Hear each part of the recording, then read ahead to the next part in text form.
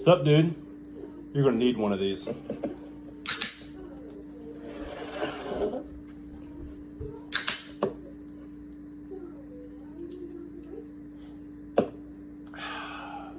Cause it's time for Dudes After Dark. Let's go!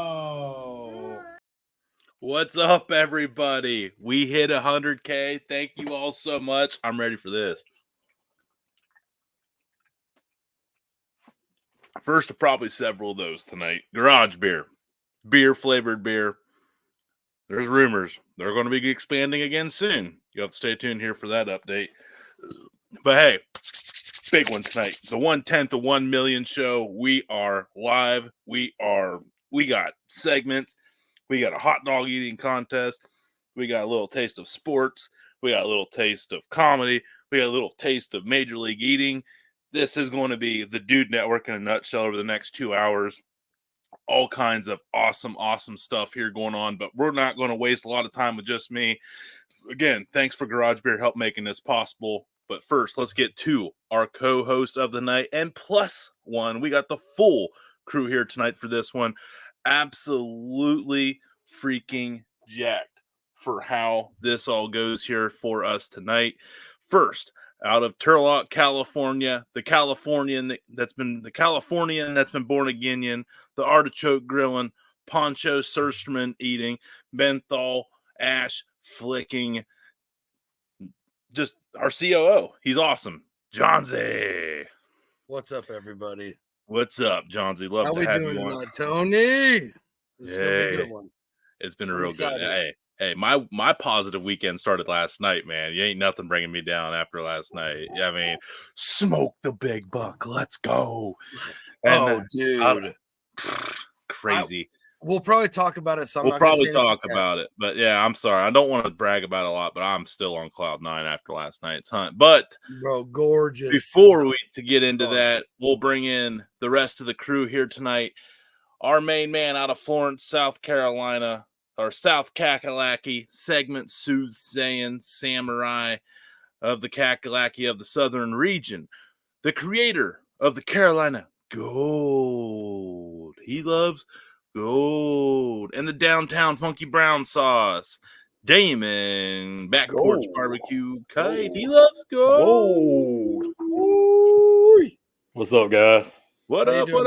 Hey, man, this is the one we've been waiting on. This is the one we waited a long time. We were chasing this 100,000 thing, think back in April. Yeah, early.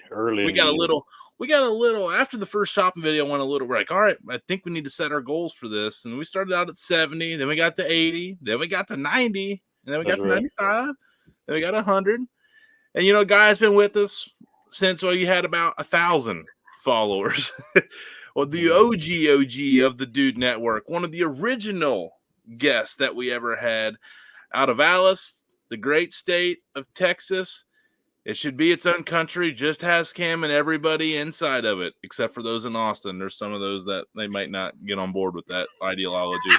But in this sector of Texas, they are all in. The home of football, where God is great, beer is good, and people are crazy. Nombre, shut up. There was a lot of facts in that intro. I appreciate that intro. Yeah, no, just trying to love on you, man. The only cool part about Austin is the Longhorns, and that's about it. That is not it. That is not it. Hook 'em. Gig 'em. SEC, here we come. Hey, y'all ain't ready for the SEC. Yeah, we are.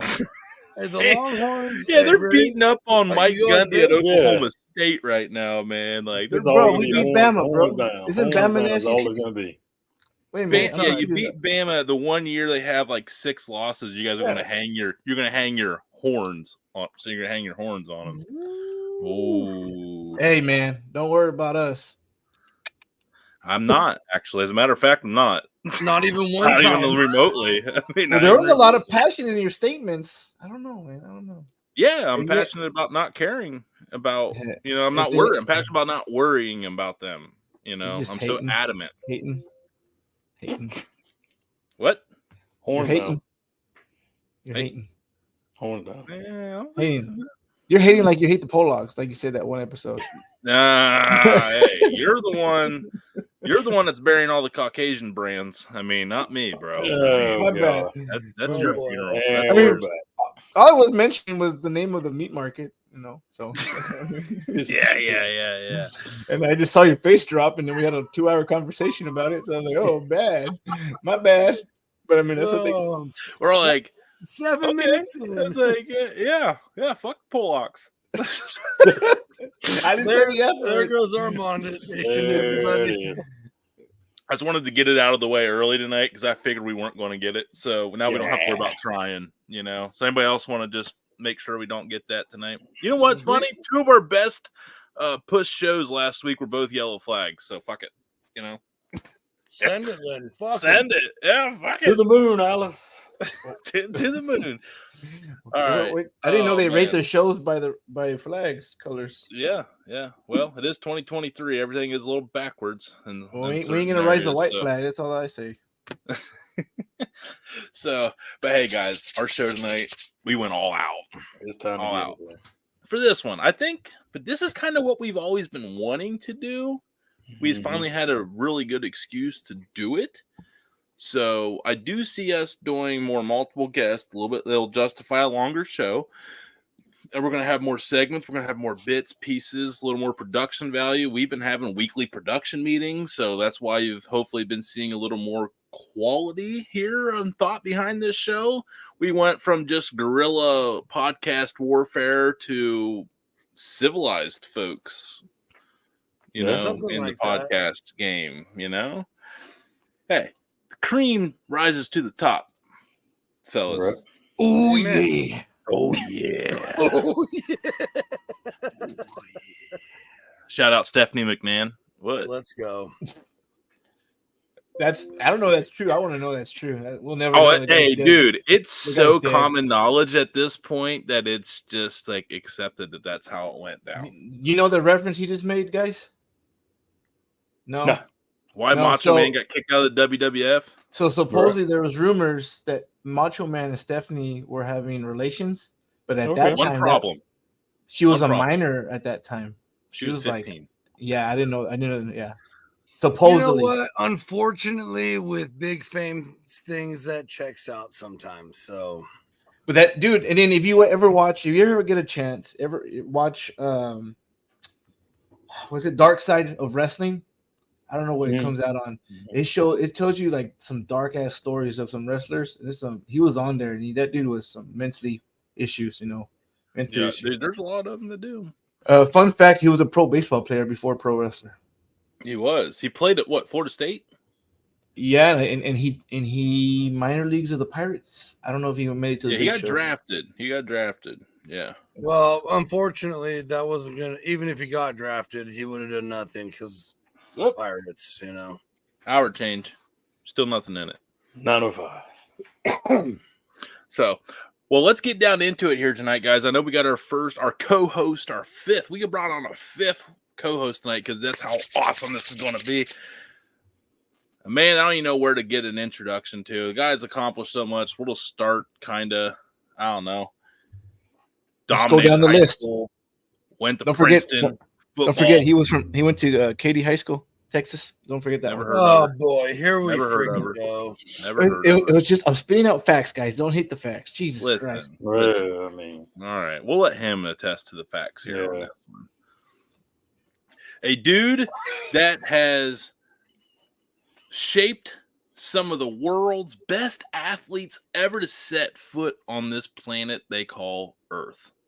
Woo! yeah.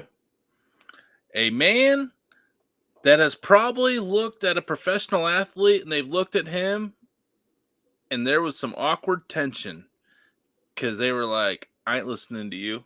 And he was like, bet. Okay A then. man that commands respect in a locker room and in a crowd full of people. A man that has a brain of football and in finances and in life as big as Texas. Nombre, maybe probably bigger.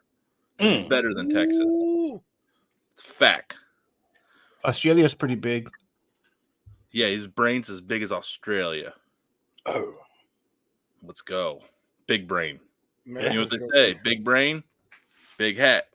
America's bigger. And that's when you get in Mammoth. Shout out. Ooh, nice plug. yeah, there you go. I Easy. still got it. Yeah. Sometimes you gotta bring out the heater, boys. You gotta bring Still out the got first it. heater. All right, let's get to it here. Our co-host of the night, why he agreed to do this, no clue, but we're thankful for it. Blake Williams. Boo, boo, boo, boo. Oh, appreciate you guys, man. I just sit there crying, watching the just the whole introduction. Me and the old boys, old college teammates and roommates, and even now in my retirement life, some of my ex players in the NFL that are retired now. We kind of try to have semi-regular kind of virtual happy hours that turn into these basically like this shit talk sessions, you know, and good old times, and it You guys and need it to do brings a podcasts. smile to my face, man. Appreciate you guys. Nah, man, appreciate you. Yeah, thanks for coming on, man. Yeah, man. Thanks for joining us here tonight. You know, real special show for us. So we're definitely glad that you could be our co-host and our primary guest here for the first 45 minutes of it here, man. So how many years in the NFL were you total? And I know, because I know there's some college stops mixed in here too. Yep. Yeah, so in the NFL total as a coach, right? I say as a coach because I grew up in it as a kid as well too in the profession. But I think it was like 12. I think it was about 12 years total from that standpoint. 11 years as if I remember correctly, 11 years as an NFL coach. 1 year as a when my daughter was born, the year my wife was pregnant with my daughter, who's my older of my two kids. She's about to turn 7. But I started the advanced analytics wing at the NFL league office. So like when you see all the next gen stats and stuff on like the live stuff or like the day after, and you go see all the stuff from the tracking data with the chips and the balls and the chips and the pads, like I started that back in 2016, and now they've got a whole wing on it. And yep. And yeah, and I left from that. It was like, yeah, that's what I spent 2016 doing. I was like, am I going to do that for my for say a career? Like I got a little taste of early retirement at that time, and then the Browns opportunity came about, and it was way too good to pass up. So came up here to Cleveland in the Browns in 2017. But yeah, you're right. I had a little 3-year stint in the middle of my coaching career as a defensive coordinator at 2 places in college. So 15 years total in coaching, and then retired 3 years ago, and now living the good life up here in Cleveland.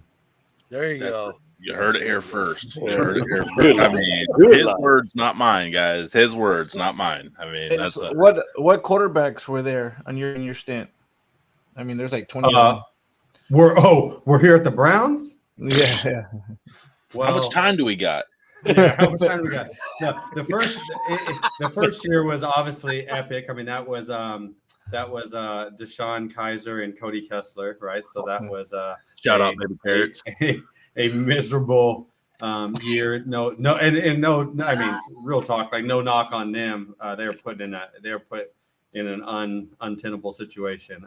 But then the next year, right, our backup that started the year for us was Tyrod Taylor, who's actually close to me. He was my baby brother. He was my baby brother's quarterback.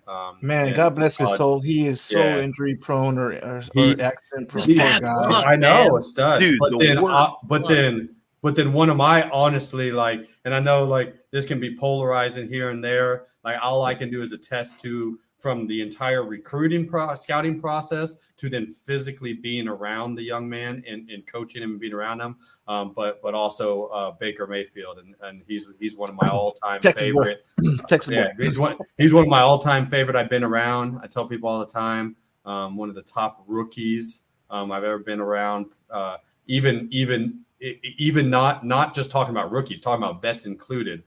Baker is probably the top 5 all-time charismatic leaders, magnetic leaders, and he's just got a Pied Piper, he's just got a magnetism, to him as a leader. from that standpoint, just a person somebody people gravitate to. But yeah, His so Texas was showing, right, yeah. Blake? His Texas was showing. We had a fun little ride there the last half of Baker's rookie year when he took over as a starter and G-Dub took over as the head coach and I took over as the D coordinator. We had some fun there for a little bit.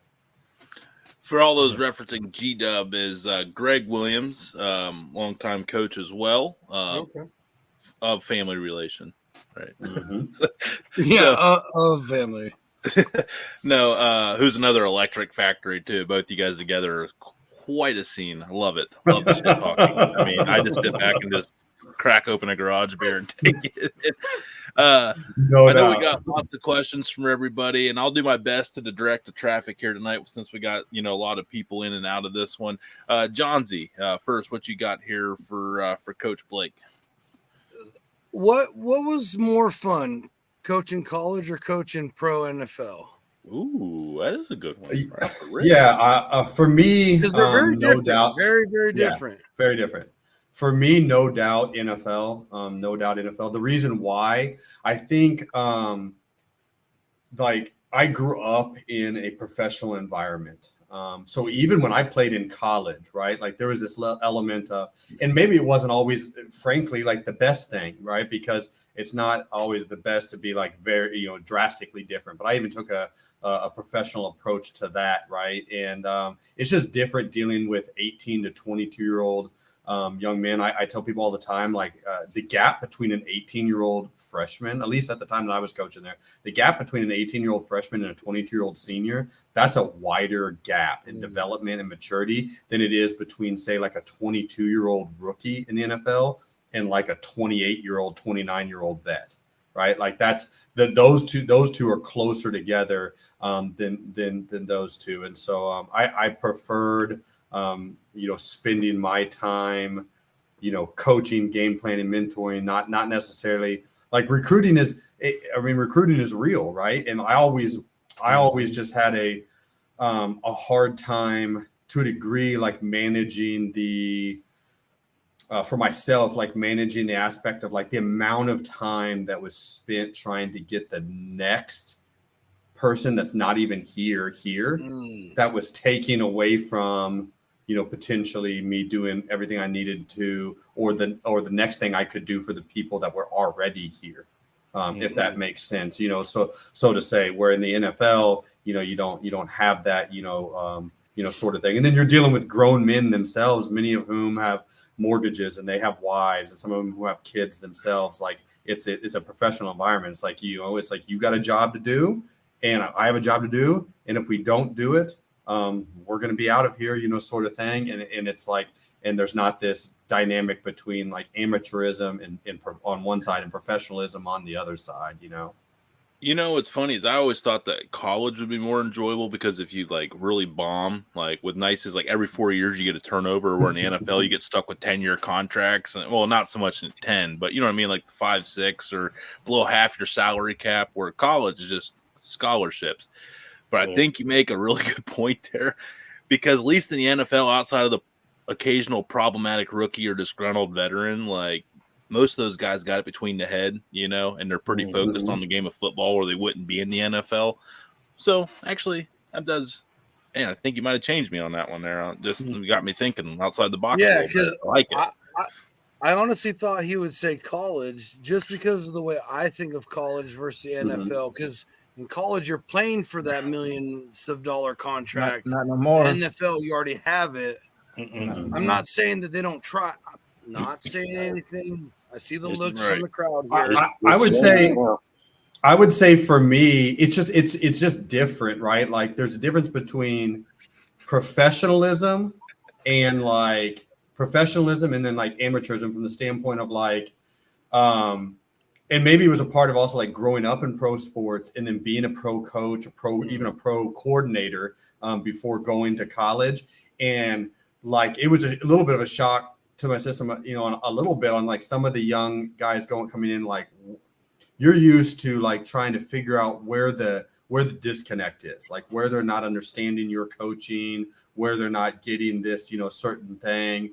And then like sometimes it would be like, oh, because what's happening today, right? Is something going on? Like what's happening all of a sudden today? And they're like, like he's got an organic chemistry test, right? Or oh yeah, the way he's been all training camp, like classes just started, and like here's his course load, or chasing people around to like not going to class or not going to a study hall, right? Like the whole like having to sit out there and monitor, I don't know, gassers or up downs or whatever the organizational penalty is for like skipping, those sort of things. And it's like all of those elements that you remember like back, hey, when you were maybe you or some of your teammates like back when you were that age as well too. But it's just like it's a very different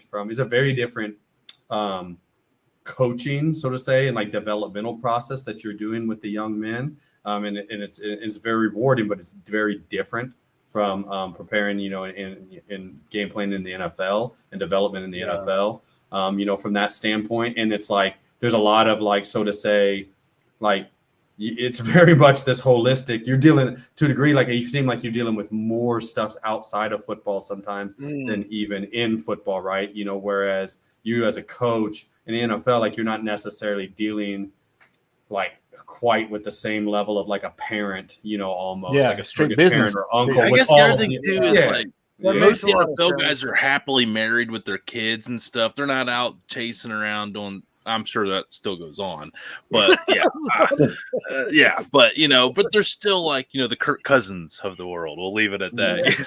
We're super like live to be a family man and not really out raising a bunch of crap like your college quarterback might when he's got the whole sorority row out there outside of his dorm room on the game night. You know what I mean? Menzel. He was also a Brown. Yeah, we know about that. Oh yeah. What are you drinking there? Root beer float? This is an adult. This is an adult icy. It's this is cherry Coke and Buffalo Trace. and then ice and frozen up. It's like going to the 7-Eleven and getting an icy, but for an adult. Not hearing anything I don't want to hear. No, I mean, dude. Let's go. Cherry all day, baby. Shout out to the cherry Coke call. Right? Yeah. Cherry cola. It's a unique combination. Like cherry Coke and bourbon is a nice combination. I ain't gonna knock that. Out of all the things I've mixed with bourbon, cherry Coke has Cherry Coke was not one of them. You gotta try it. You gotta try it. Oh, or you get guys, you get a rum Jack and Coke and some cherry, like the actual cherry itself. Yeah, I mean, you bite the cherry, you take a swig. It's a weird, great combination. Yeah. I've had that. I see that. Okay. All right. Yeah. Fair point, Nombre. Fair point. See, I like vanilla Coke. I like vanilla Fanta. Orange. Vanilla Coke. What would go? I'm trying to think. What would go with vanilla Coke? Vodka. Trash can. Vanilla Crown Royal. Vanilla Crown Royal. Screwball. The peanut butter.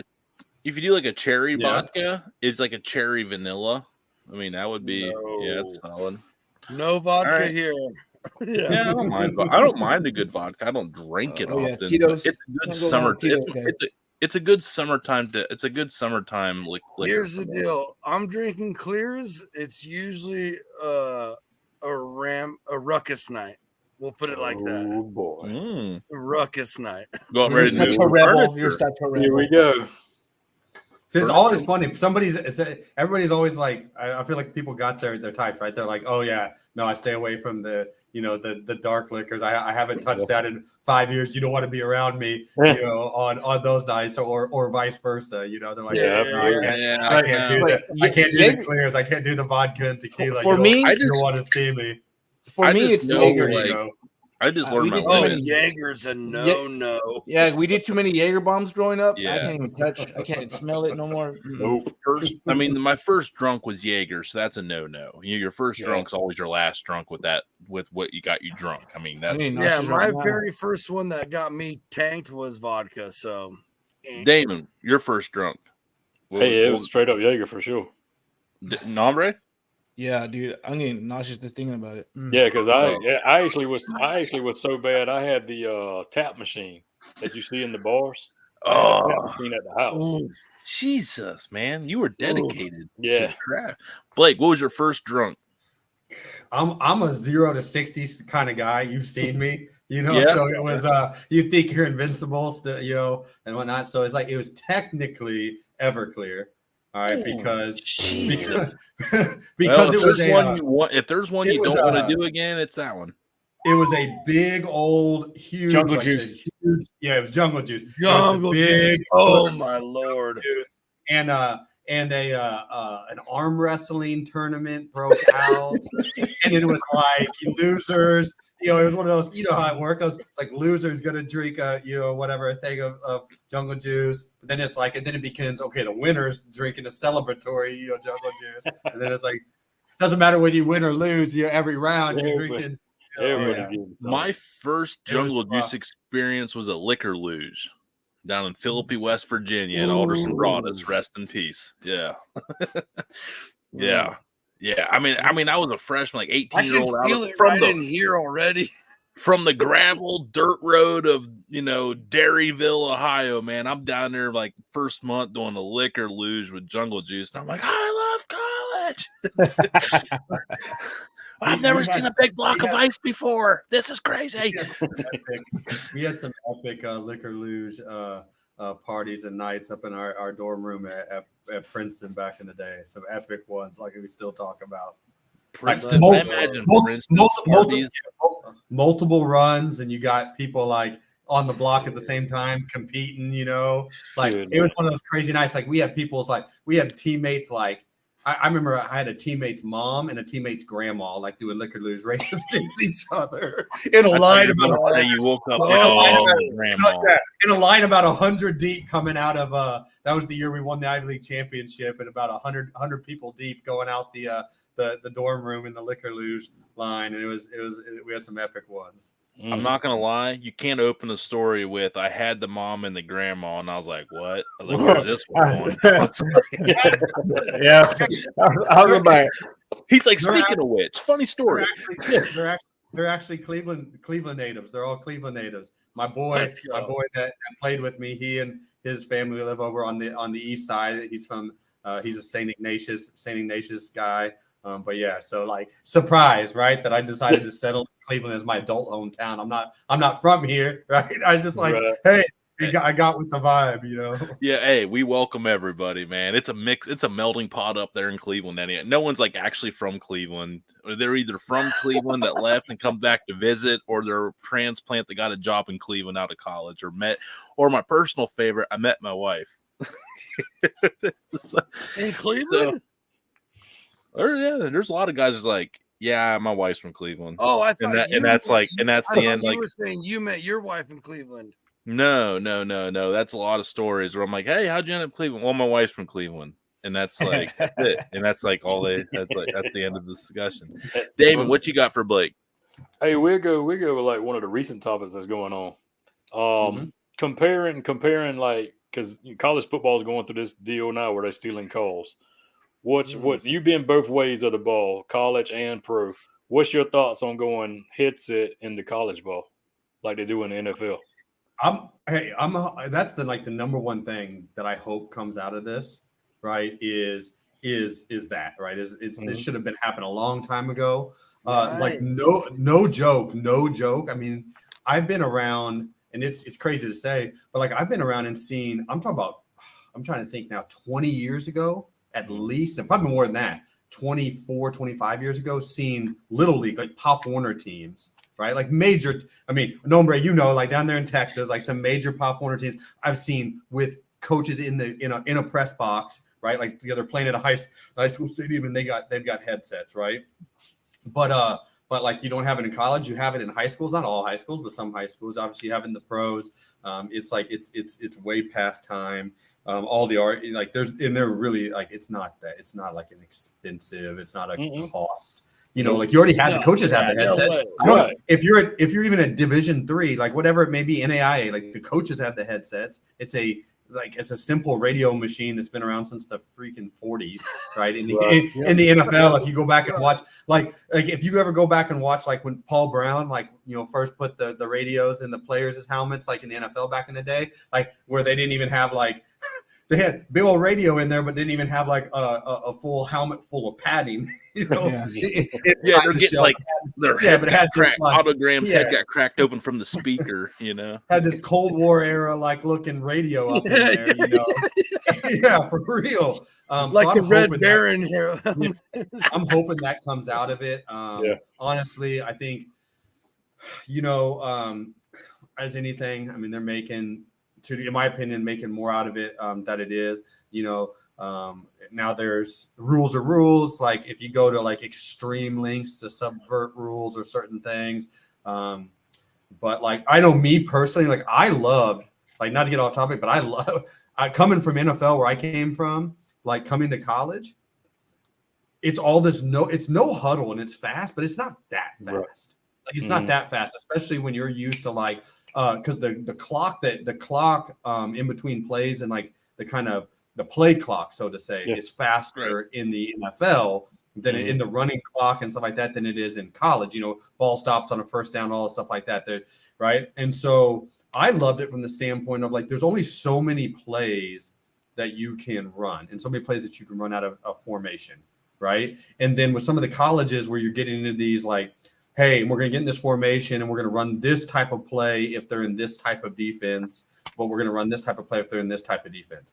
Right. Like you get in, you already think that going into the game, and then you can see through the first drive or two, like what the game plan is. You don't have these play sheets like an NFL play sheet. So I would love it because they're never huddling. And so I'm seeing them come up and line up with trips to the left or trips to the right and the running back, the field or back or whatever. And I'm just sitting there watching. I'm not watching their coach necessarily on the sideline. I'm watching them line up, depth of the running back and stuff like that. I'm like, all right, this is what they're getting ready to run. And then I just like one hand signal the play in, right? You know what I mean? Yeah. Like from that standpoint.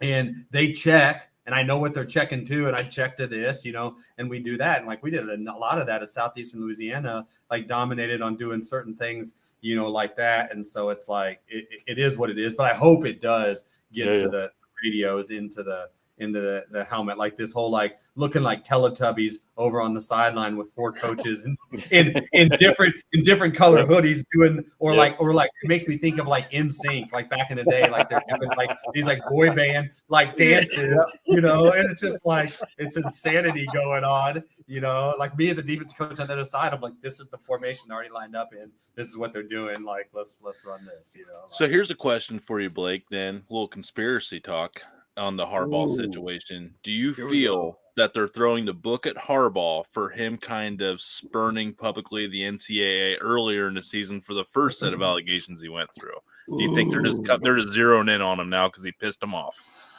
I think I do think there's an element of that for sure because retaliation.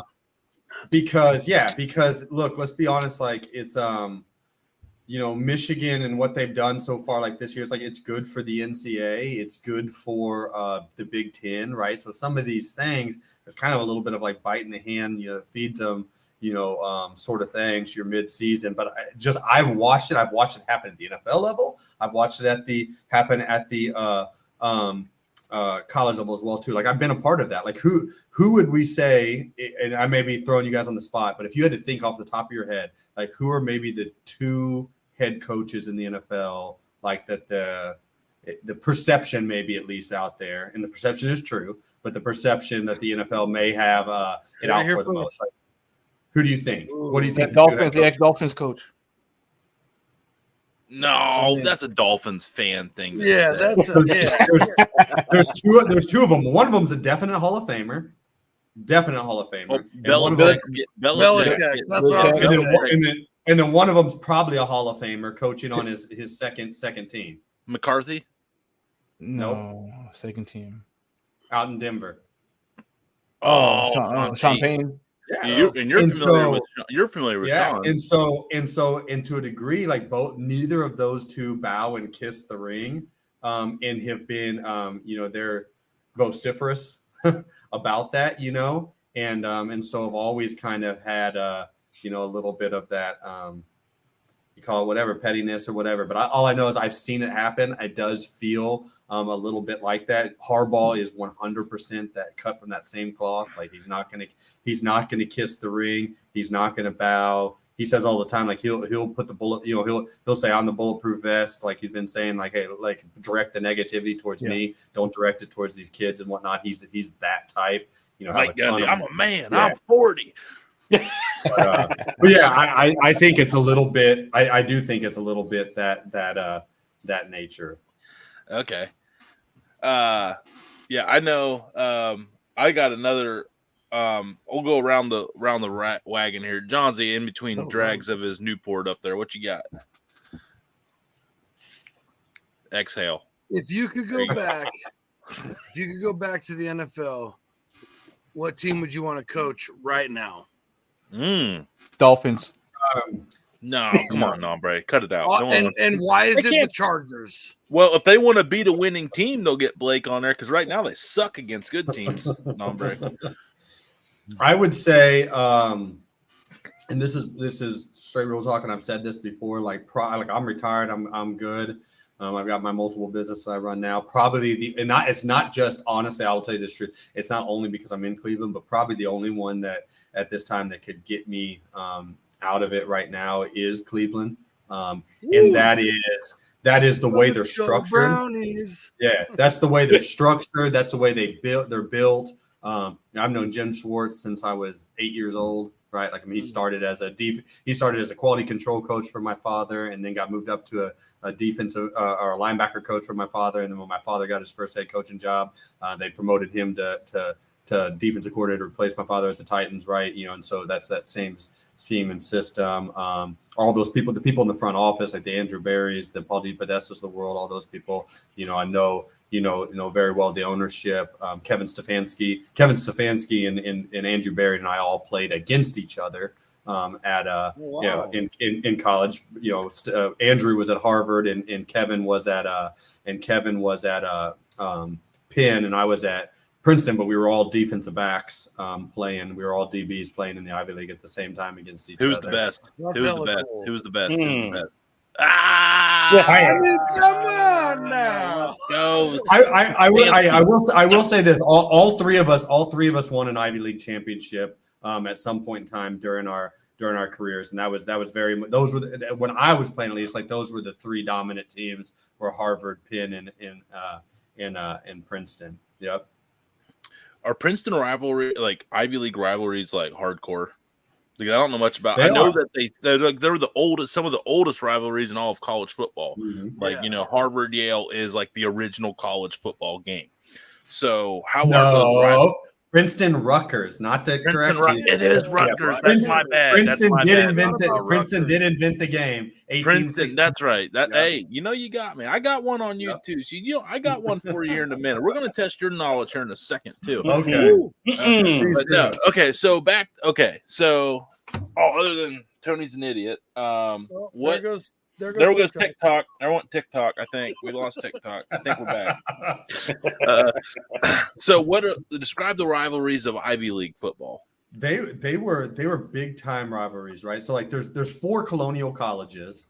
One of them is not Ivy League, but the four colonial colleges that predate, the Revolutionary War were Princeton, Harvard, Yale, and William and Mary. Princeton obviously started. Football, invented the game and played the first game in 1869 against Rutgers down the street. And it's had even in war times, right? Princeton has had an unbroken football team. They've had a football program without missing a year. I guess the COVID year, so to say, but they still had the team in effect, but from 1869 to now 2023. But those rivalries were legit. And we would get, not at Princeton because our stadium is only like 30,000, a little over like 31,000 fans and whatnot. But we would get, especially when it would be for the Ivy League championship game or whatnot. We would play in front of 80, 90,000 fans, at Yale or at Harvard, right? So Yale and Harvard have old school original stadiums. And actually, I'll give you a little knowledge on this. So Harvard Stadium, it was built on the blueprints of the Roman Colosseum. Okay. Right. So they built that like that. And this is how the NCAA came to be. We were talking about the NCAA before, right? So this would have been like World War I era. Let's say like, Woodrow Wilson, who was a Princeton grad, president. There was a lot of you got these Ivy League kind of like trust fund, kids. So say that were like dying, like literally dying or getting maimed and stuff like that, playing college football up here in the Ivies. And so they met at the White House, the president of Harvard, Princeton, and Yale, and the president of the United States, and some of his advisors met at the White House, and they were trying to figure out how can we make this game safer? How can we do it? At that point in time, there wasn't a standardized even field size, right? Like it was crazy, right? Like the forward pass wasn't legal, right? And even when they started making the forward pass legal, there was still all sorts of rules. Like you couldn't throw, even once the forward pass became legal, you couldn't throw a touchdown pass. Like in the field of play, you could. But like if you threw a completed pass into your own end zone, it would be a touchback. Like, and whatnot for the other team. And so there's all these weird rules. So one of the things that they came out of that was like this. So they were talking about like expanding the field and making the field bigger, like more like a Canadian football field. And Harvard was like, no, we've got this beautiful, huge now, like built on the Roman Coliseum, expensive stadium that's all like just being finished, construction. Right. And so that weird, if you think about it, 120 yards long, 53 and a third yards wide field, right? 120 yards long when you include the 10-yard end zones. Yeah. That was the max size field that could fit in Harvard Stadium. So all of a sudden, out of that meeting, we standardized the football field for the first time because they're like, all right. And then also out of that meeting, the forward pass, they're like, we got to figure out how to spread the game out a little bit more, make it less like kind of this rugby like. So the forward pass became legal, and that meeting like became the first meeting of the NCAA. They kind of made a governing body, like, hey, we're going to meet again in X amount of months, and they kind of made a governing body to govern that and those rules in football and in all college sports as it got bigger, and that became the NCAA. Oh, Nice. man. Great, crazy Man, stuff. that was True hey, Harvard. that's So I know. they're the reasons I hated the Miami drill. Bunch of bullshit. Exactly. Yeah. I don't know if anybody knows the Miami drill. That one sucked. That was like my least favorite. It was really cool playing at Harvard though, because especially after like I was playing from 03 to 07, right? And so I want to say it was about 99, 2000 when the movie The Gladiator with Russell Crowe came out. Oh yeah. And so you remember and so you remember all those scenes where you would see them behind, like underneath, and the stands, and the sand would be coming through, and they'd be behind the doors, and you could kind of see through what they were about to go out to. Well, when you're the opposing team at Harvard, like because the locker room is like a walk, it's a hike, like it's another building, like it's not connected to the stadium, it's a hike. So you actually go underneath the stands, like into the stands, like there's like dirt, like rats, whatever stuff like that, and you go into this little like big, it's a concrete room, but underneath the stands. And so like you're literally you're in this Roman Coliseum, you have all these people, they're loud, they're stomping, you're kind of there. And like, for me, it always felt like that same thing when we were coming back out at halftime, right? Because that's the only time you would go in there is at halftime. But when you're coming back out at halftime, I'd always like, in my mind, like be like, it was some of my boys, I'm like, this is like, this is like Russell Crowe. This is like, this is like the Gladiator. This is awesome. Hell yeah. I mean, that does sound pretty badass. We got 4 minutes until our first timeout, correct? Yep. We got 4. Wait, no, sorry, we got 6. I was about to say. 6. Yeah, 6 minutes. So, Blake, you're out of coaching now. We got to give you some time here to talk about what you got going on now, man. You got so much stuff going on. You've obviously pivoted from the NFL, college coaching, football coaching in general. Why don't you take a few minutes here to talk about what you're getting into now, and people watching can figure out how they can find you and what you're up to these days.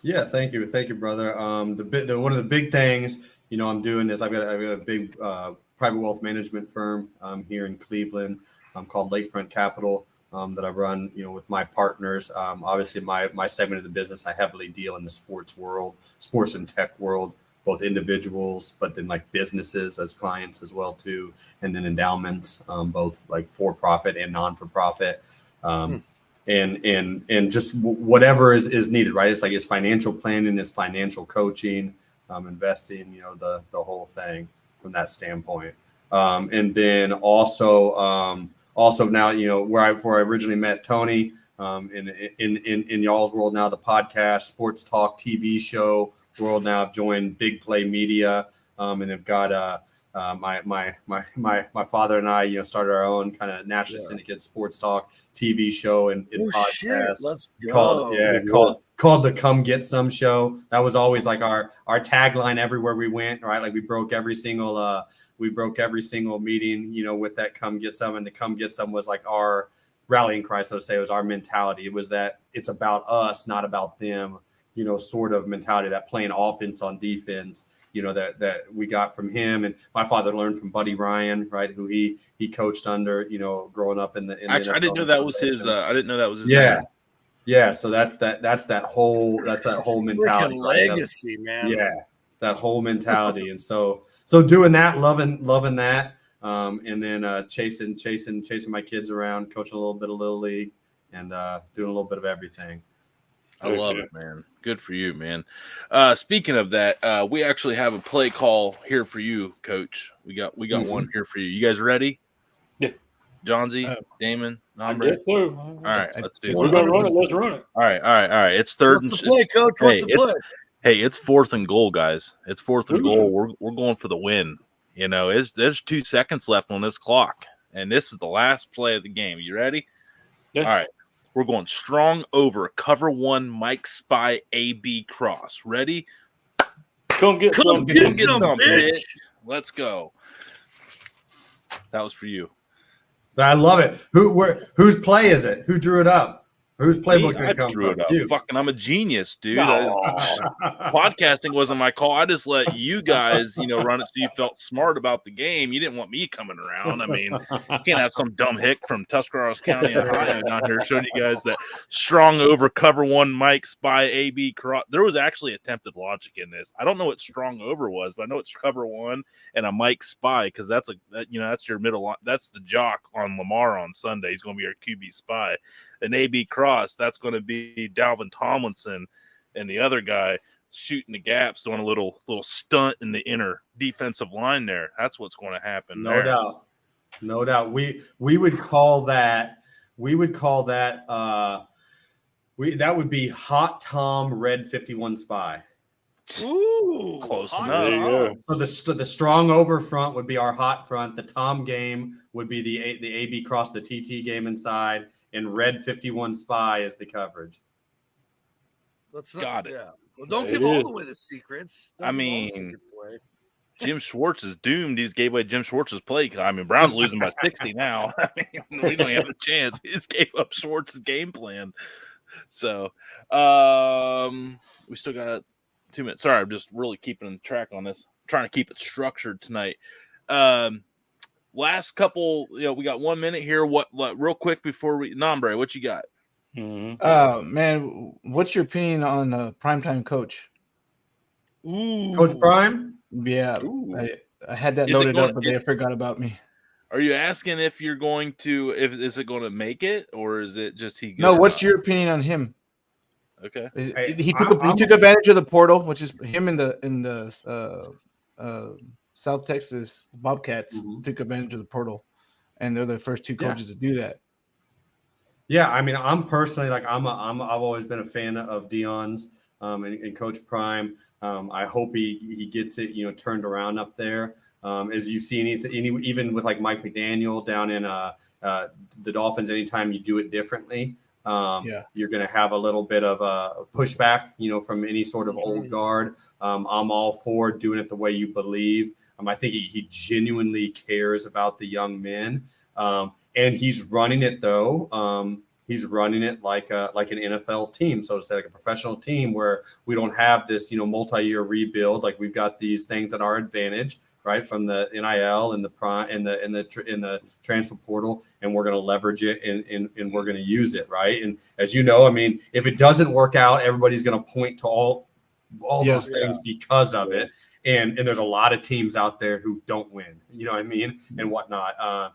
And if it does, it'll be interesting to see, like anything, and it does in a big way. Everybody all the naysayers start to follow suit. Isn't that how it always works, right? Yeah, it's right. It's a copycat sort of thing, and everybody will follow suit, But I'm a big fan of his. Yeah. Hell yeah! All right, Yeah, all right. That's prime. Shout out. Let's so get him on. Blake, yeah. He's next. Let's go. In our secret double header. We are going to take a 3-minute commercial break here. Not really commercial break. There's no commercials actually. It's we got a little 3-minute promo video here of our next guest coming up. So we are going to take a 2.5-minute timeout here. So everybody watching, we got another segment after this. If you need to use the restroom, now's the time to do that. I have been told my energy is loud and vibrating to the roof of the house, so I might do a studio change. Still figuring that one out. But everybody, we're excited. Blake, thank you so much for sticking around here with us tonight. Glad we got to have this one. Dude, that could have been a fucking 3-hour show within itself. That's a tough one. That's a tough one to cut off. You got to come back. That's all I know. Yes. So. But Blake's going to stay with us here for the rest of the show. Up next, we got Nick Wehry, the number 4th ranked Major League food eater in the world. We have 2 hot dogs between me, John Z, Nombre, and Damon. There will be a race to the death. And on that, and so yeah, in 2.5 minutes, we're going to take a quick time out. Yeah, we'll be right back. Hey, you heard it here first. That's Texas for you. It's bigger in Texas. All we do is win, man. That's all I got. All we do. Yeah, I bet you do. I bet you do. All right, guys. We'll see everybody here in 2.5 minutes. Stay tuned. We're just going to run a commercial. We'll be right back here after this message of our next guest. There's a fine line between anxiety and excitement, and it's so fine that you start believing your excitement is anxiety. Do you think that you want to back away from it truly, or do you think that you're so fucking excited because you're gonna win, but you can't look at everybody and go, hey, guess what, everybody, I'm about to fucking win?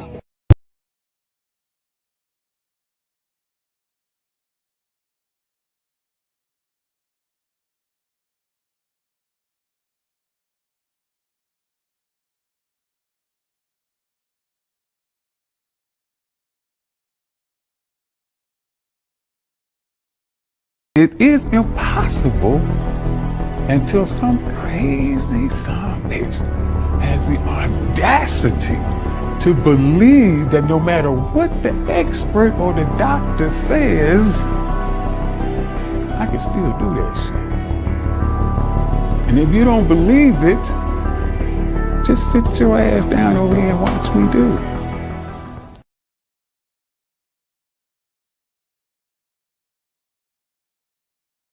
With one of the greatest spectacles in all of sport. I mean, to each their own. I mean, was he, of all the Spider-Men, how does he rank? Does it matter? Spider-Man is such a weak superhero, but obviously last. Keep an eye on Nick. This man, he's entering ketosis as we watch him now. He really puts in the effort. He's fully immersed in the work. Rank number 4. Let me hear it for Nick Wehry.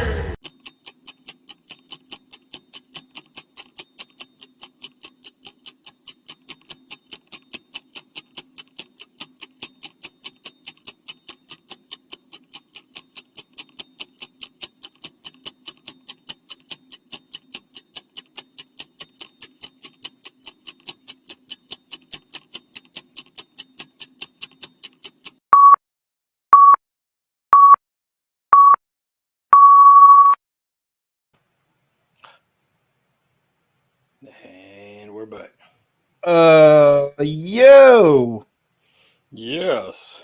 That was quick. Hey, Well, since the main host is not here, did you and McDaniels were on the same coaching staff for the Browns for a little bit, or y'all missed each other? No, we missed each other. I coached against him a ton. Oh, okay. Yeah, no. I always wonder because if Johnny Manziel would have paid attention to his playbook, he had Kyle Shanahan and him there on the same. I know. If they couldn't get him, nobody's getting him. Oh, because he was an athlete, and they had. I always think of McDaniels as that kid from the Little Giants. Oh, I can run the annexation of Puerto Rico because he's just his plays. Oh yeah, totally. You watch Tyreek Hill and his motions. Poor guy, he's in shape because he's like doing all kinds of awkward motions. But they're doing a great job at using that, to their advantage, so you can't do all the little things on them. What the heck? He's in the sauna. Yeah, I had to change. I'm in the wife's crafting lounge because I was getting texts that I was waking all the children and the wife. So I made a smart life choice and moved my operation. So I thought for more pro marriage tips, follow along the Dude Network on all major social media platforms. Yeah, I'll show you how to piss them off real quick. I got the text is the yelling absolutely necessary? Yes. Yes.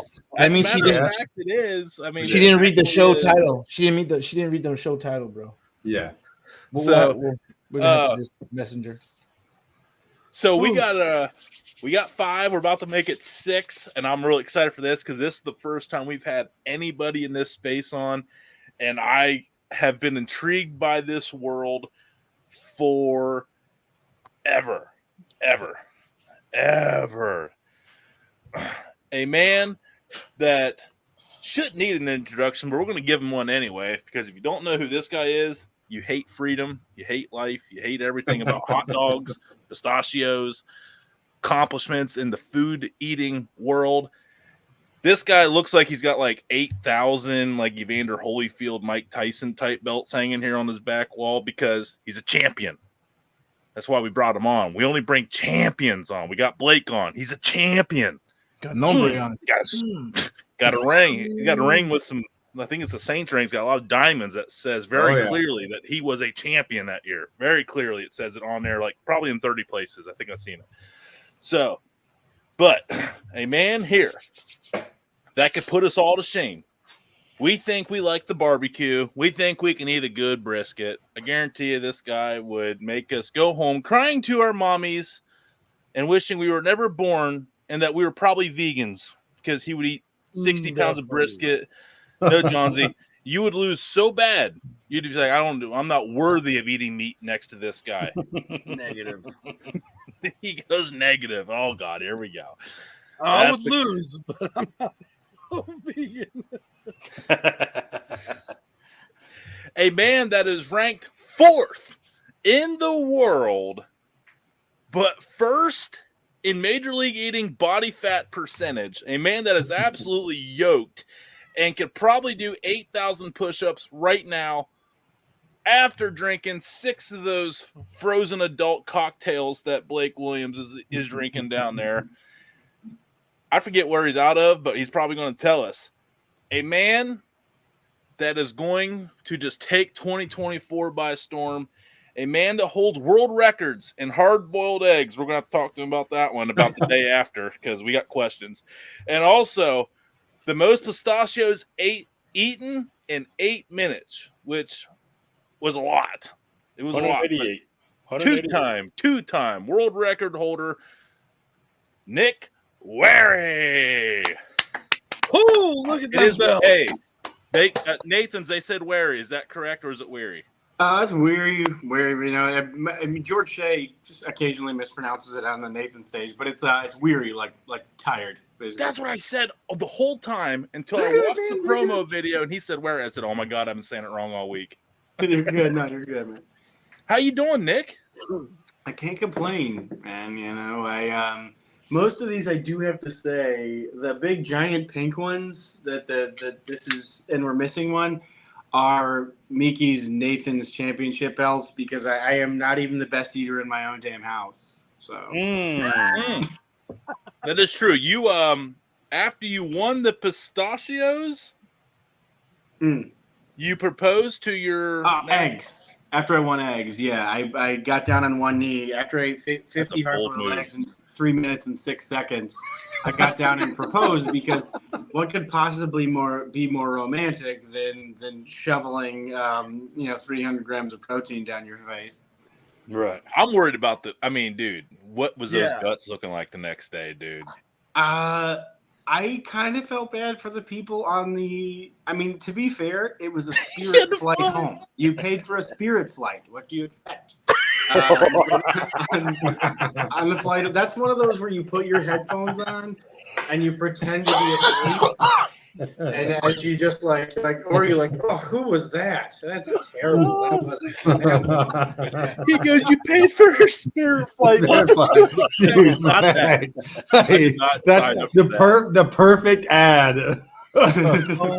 So you want to get away? I am accepting sponsorships for any other airlines. I will not set a hard-boiled egg eating record the day before I fly. Oh my God, that's funny. That was awesome. So Nick, around the room here, you didn't get to meet everybody. I'm Tony from Ohio. We got Johnsy from California around the circle here. We go around the horn below him. Damon out of South Carolina.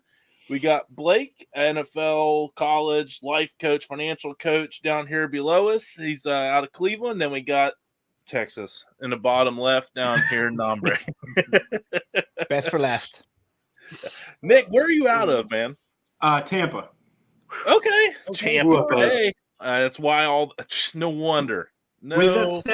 With that said, just to preface everything, I am a Cincinnati Reds fan, a Green Bay Packers fan, and a Miami Heat fan, all from the time I was a child. It's not fair whether I've been through atrocious seasons with my Cincinnati Reds basically all the time. I don't think anyone's going to accuse me of anything.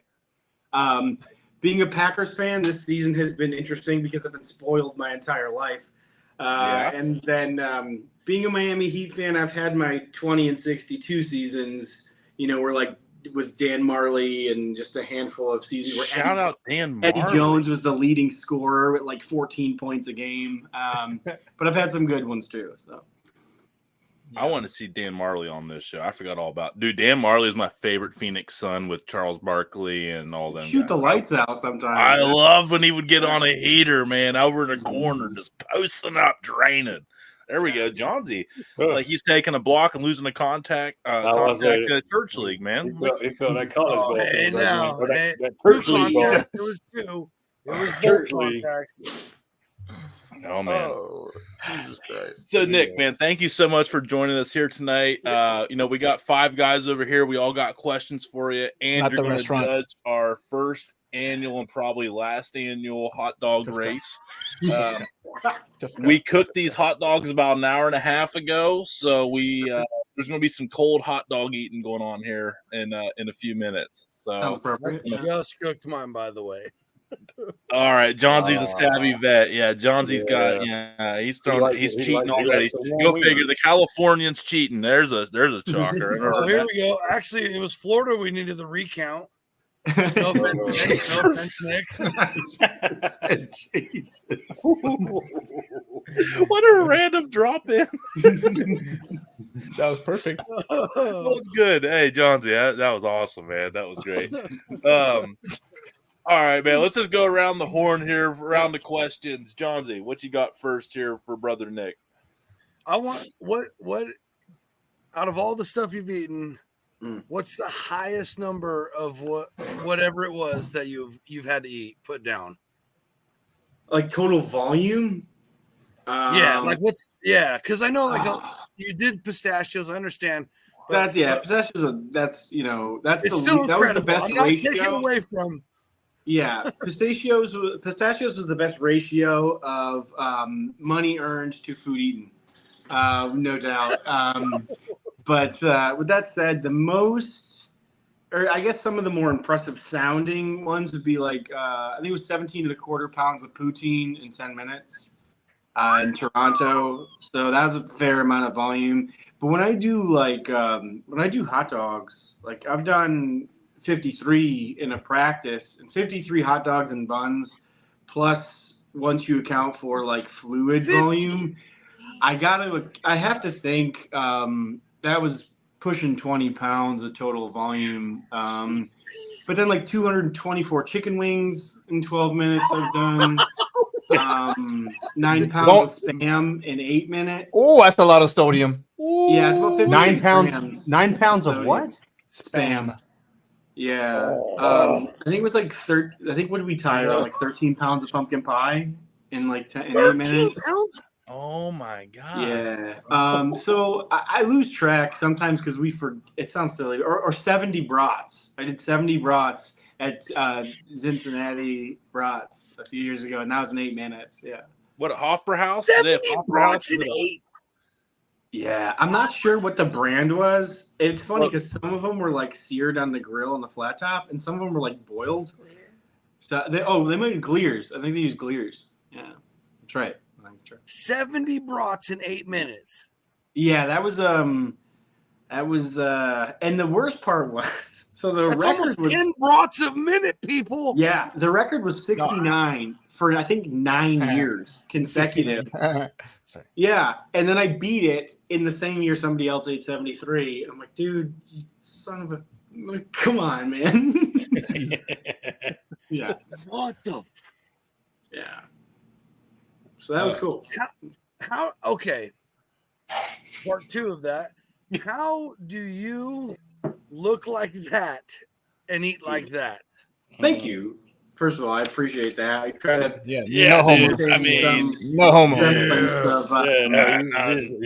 He's all homo though. Remaining in there, but I used to there might be competitively some homo if I can eat like that and look like that. I used to competitively bodybuild for like about 10, 11 years, and this is kind of like the leftovers from the from doing that. For like 10, 11 years, everything was psychotically regimented to the gram. How I trained, the food I ate, everything. My days were built around that and being dad, and that's like it. That's all I was focused on. And so then when I started doing competitive eating, I still love to train. I just didn't want to weigh peanut butter into 32-gram servings, because anybody who's weighed out a serving of peanut butter or like pasta, for example, it's about as depressing as like Sophie's Choice. So I wouldn't recommend doing 100%. Don't weigh out your food. Don't do it. So I needed a competitive outlet, and I took up this, but I still train, 4 to 7 days a week, depending on the week. And when I'm not shoveling 56 grams of sodium via 12 cans of Spam down my face, I am we're eating things like boneless, skinless chicken, kale, egg whites. Like our refrigerator, other than like the baby's food, is incredibly what most people consider really boring. A lot of produce, a lot of lean meat. I would say, dude, with the amount of caloric intake you take at one of these comps, you have to have like a 3-week recovery period, man. Clean eating. Recovery is, I feel better, depending on the contest. Like, so sweets, you feel worse faster, I would say. But within 24 hours, you probably feel pretty normal. Sweets kind of escort themselves out relatively quickly. Where something like Spam takes a little bit longer for your body to break down. It's a little more sticky. Yeah. Got some. Yeah. It's a lot of meat to break down. You might be a little swollen at the ankles.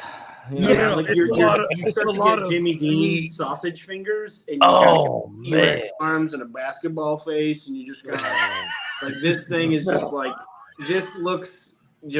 it looks like when you're at the beach and you see some bathing suits that are just 7 sizes. Yeah, boy. Your kids are probably like, all dad's going to the Spam contest. We're going to get the big.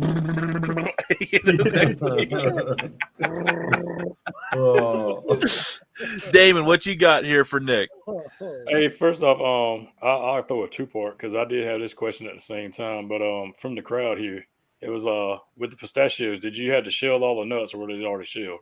No, we had to shell them. So I think that helped, is like the numbness in my hands from years of lifting, and that combined with like a little bit of like Sega Genesis and PlayStation. Yes. I was like, oh man, I think the lack of feeling and the dexterity was the perfect storm for me to win the contest. He said Sega. We're so old. Yeah, Hey, playing Sonic and Knuckles for on life. Sega Genesis. Yeah. Sega was like my first, like, we were like poor. So we went from Nintendo to Sega, and that was the last thing we got till PS2. We played Sega hard all the way through school. Damon, what you got? But yeah. So being from the South, we eat. I say we. There's several people that eat moon pies. I see you eat like what 46 moon pies in 8 minutes. 46. Yeah, that one. That number was a little weak. So that's a lot of marshmallow. It was, man. That number was a little weak, to be honest with you. I'd like to get another crack at that. I think I could probably get like 60, 65 of those bad boys down now. So it was at the pyramid, the giant Bass Pro Shops.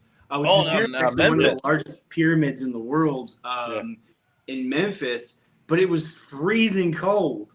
So we're eating these like freezing cold moon pies on the parking lot of a Bass Pro Shop. So it was but that was a lot of marshmallow. That one and then my flight got delayed. Flying home, my flight was delayed, so I was like stuck in the airport with one of the other eaters, and people were just staring at us like with our World Moon Pie Eating Championship shirts and just that's rough. No guts, no glory. Yeah, right. Blake, what you got, man?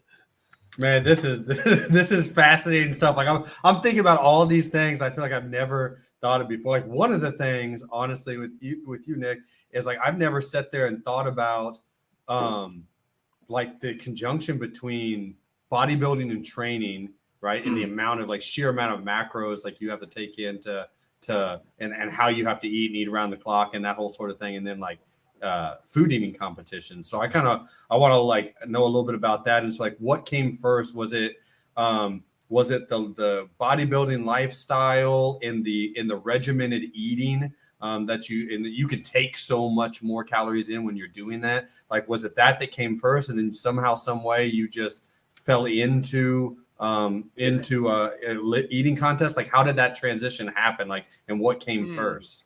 Yeah, so like after being because even amongst competitive bodybuilders, I was never very good at it. I had very just square genetics. I would go as far as to say very square white genetics. I was just looking like a bigger, veinier refrigerator. I didn't get prettier as I got bigger.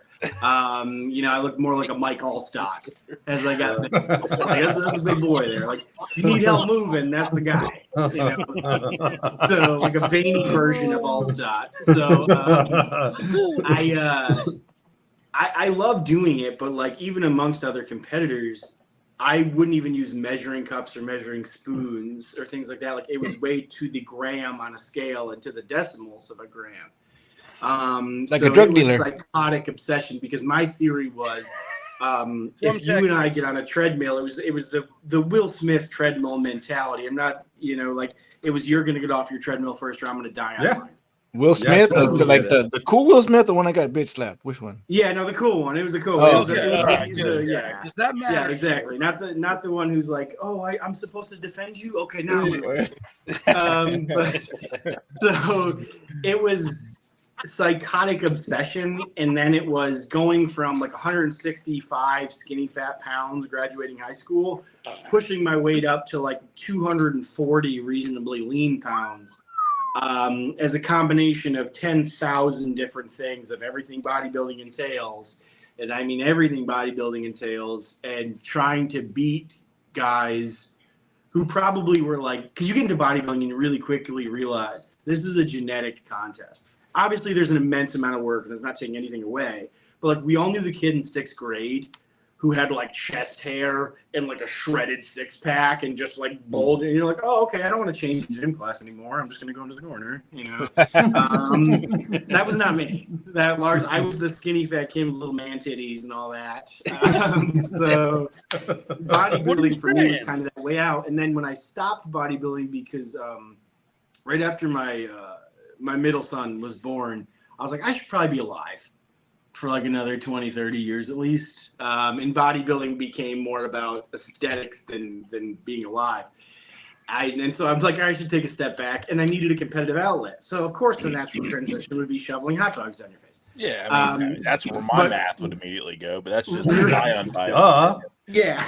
So really, I had a buddy of mine was like, he saw my appetite, because the problem was when I was no longer shoveling copious amounts of broccoli and rice and chicken and tilapia and stuff like that down my face, the mechanoreceptors and the space in my stomach had expanded to fit those things. And so now it was like, well, I'm going to go to Wendy's and get 7 sandwiches and 3 Frosties and a few fries and just shovel those down my face. And my buddy's like, you should do a punch key eating contest, which are like Polish jelly donuts around Fat Tuesday. I said no. But he's like, dude, you can win money, and they're raising money for charity, and you get free donuts. I'm like, sign me up. That's a Sign me up. deal. Like, and so I went and I won handily. Yeah, and once I won, and I realized like I actually have some talent at this. This isn't like baseball, which I loved, or bodybuilding, which I still love to this day.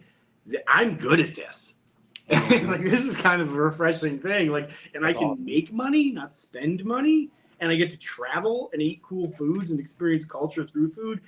And I remember calling my buddy after I won that first contest, and I'm like, I'm gonna do the Nathan's hot dog eating contest. Like, I'm gonna try to win that. He's like, dude, can't you ever just do something for fun? Like, no, donuts and no. I need to be. Or I need to at least try to be the best in the world at it, or as good as I can be. And to me, it's like, I'll get people who are like, oh, well, don't you just compete to be better than yourself? No, F that noise, dude. I practice. Yeah, thank you. Like, I sounds like a loser. To beat everyone on that stage, whether it's my wife, or Joey Chestnut, or my grandmother, or it doesn't matter who's up there. I am there to beat you. We can be friends afterwards. We can be friends before, but I'm not there to beat myself. The people who are there who saying, well, I was just happy to participate and compete and be better than myself are the losers that get 7th place in the Magenta participation trophy. Preach into rockers. Preach. Sorry for the rant. No. We need more of that shit. I love it. Worth that shit. That's what I want. Yeah, we're kindred spirits in that, Nick. Like you said, that sounded like one of my meetings. You know, I'm about to get like trust me, I spent my life trying to coach that into some genetic freaks, and so what I always used to say is I want people who can just do, right? Like I want people who can just do, people who impose their will, and all those things, and just need me to point them in the right direction, so to say. And you're always looking for those people, man. Big ups. Thank you, man. I think it's harder. I think it's even harder too sometimes with genetic anomalies, because even in what I do, as absurd and crazy as it is, you can imagine there are people with better genetic predisposals. Maybe it's because they have a longer torso. Maybe it's because they're 6'8". Maybe it's because they have a shorter neck and wider jowls, whatever the case may be. But I think when anything comes, quote, naturally to people, it's even harder for them to recognize, because the reward isn't there from doing the work. And it's frustrating for those of us who are the try, not necessarily the talent. And you're like, dude, I had buddies like that in bodybuilding. Like, if you could step back and do the work, you could go from the 98th percentile to possibly being the best in the world. But there's part of their brain that's programmed, I think, sometimes it wouldn't be fun for them anymore, and they wouldn't do it. Like, they're only 98th percentile because they can be there with minimal effort, and they've self-selected because they're really good at that. Mm-hmm. Where sometimes it's like that try. There's that balance, and I've undoubtedly, whether it's bodybuilding or it was baseball or it's this, beaten people who I shouldn't, and I love that. I'm never gonna, even my kids, I have a 2-year-old, a 6-year-old, and an 8-year-old. My daughter got a participation trophy for soccer. I was like, that's great, sweetie. I'm proud of you for trying your best, but we're going to take this trophy. We're going to put it away. Yeah. Like I love you to pieces, but it's because you tried.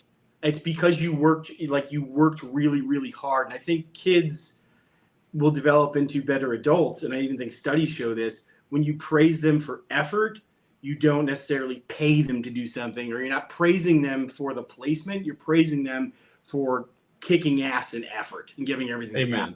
Amen. And not outcome also, right? Right. Yeah. Because that becomes dangerous, yeah. Because then it's like, well, if you lose, you're going to get like, all due respect to Ronda Rousey, I think she would be the first one to tell you she never learned how to lose, because she was praised for outcome because she was such a damn winner that when Holly Holm took her out to the woodshed, I called it. She didn't know what to do, and she literally went into like a 2-year-long depression. Yeah, like no, she became a blows. champion in WWE. Yeah, but it's like Miki and I'll tell you, my wife and I'll tell you, like we both hate to lose more than we even like to win. It's like if the Packers win, I'm happy for 45 minutes, but then I'm like, it doesn't even matter because Jordan Love can't throw a deep ball, so who even cares?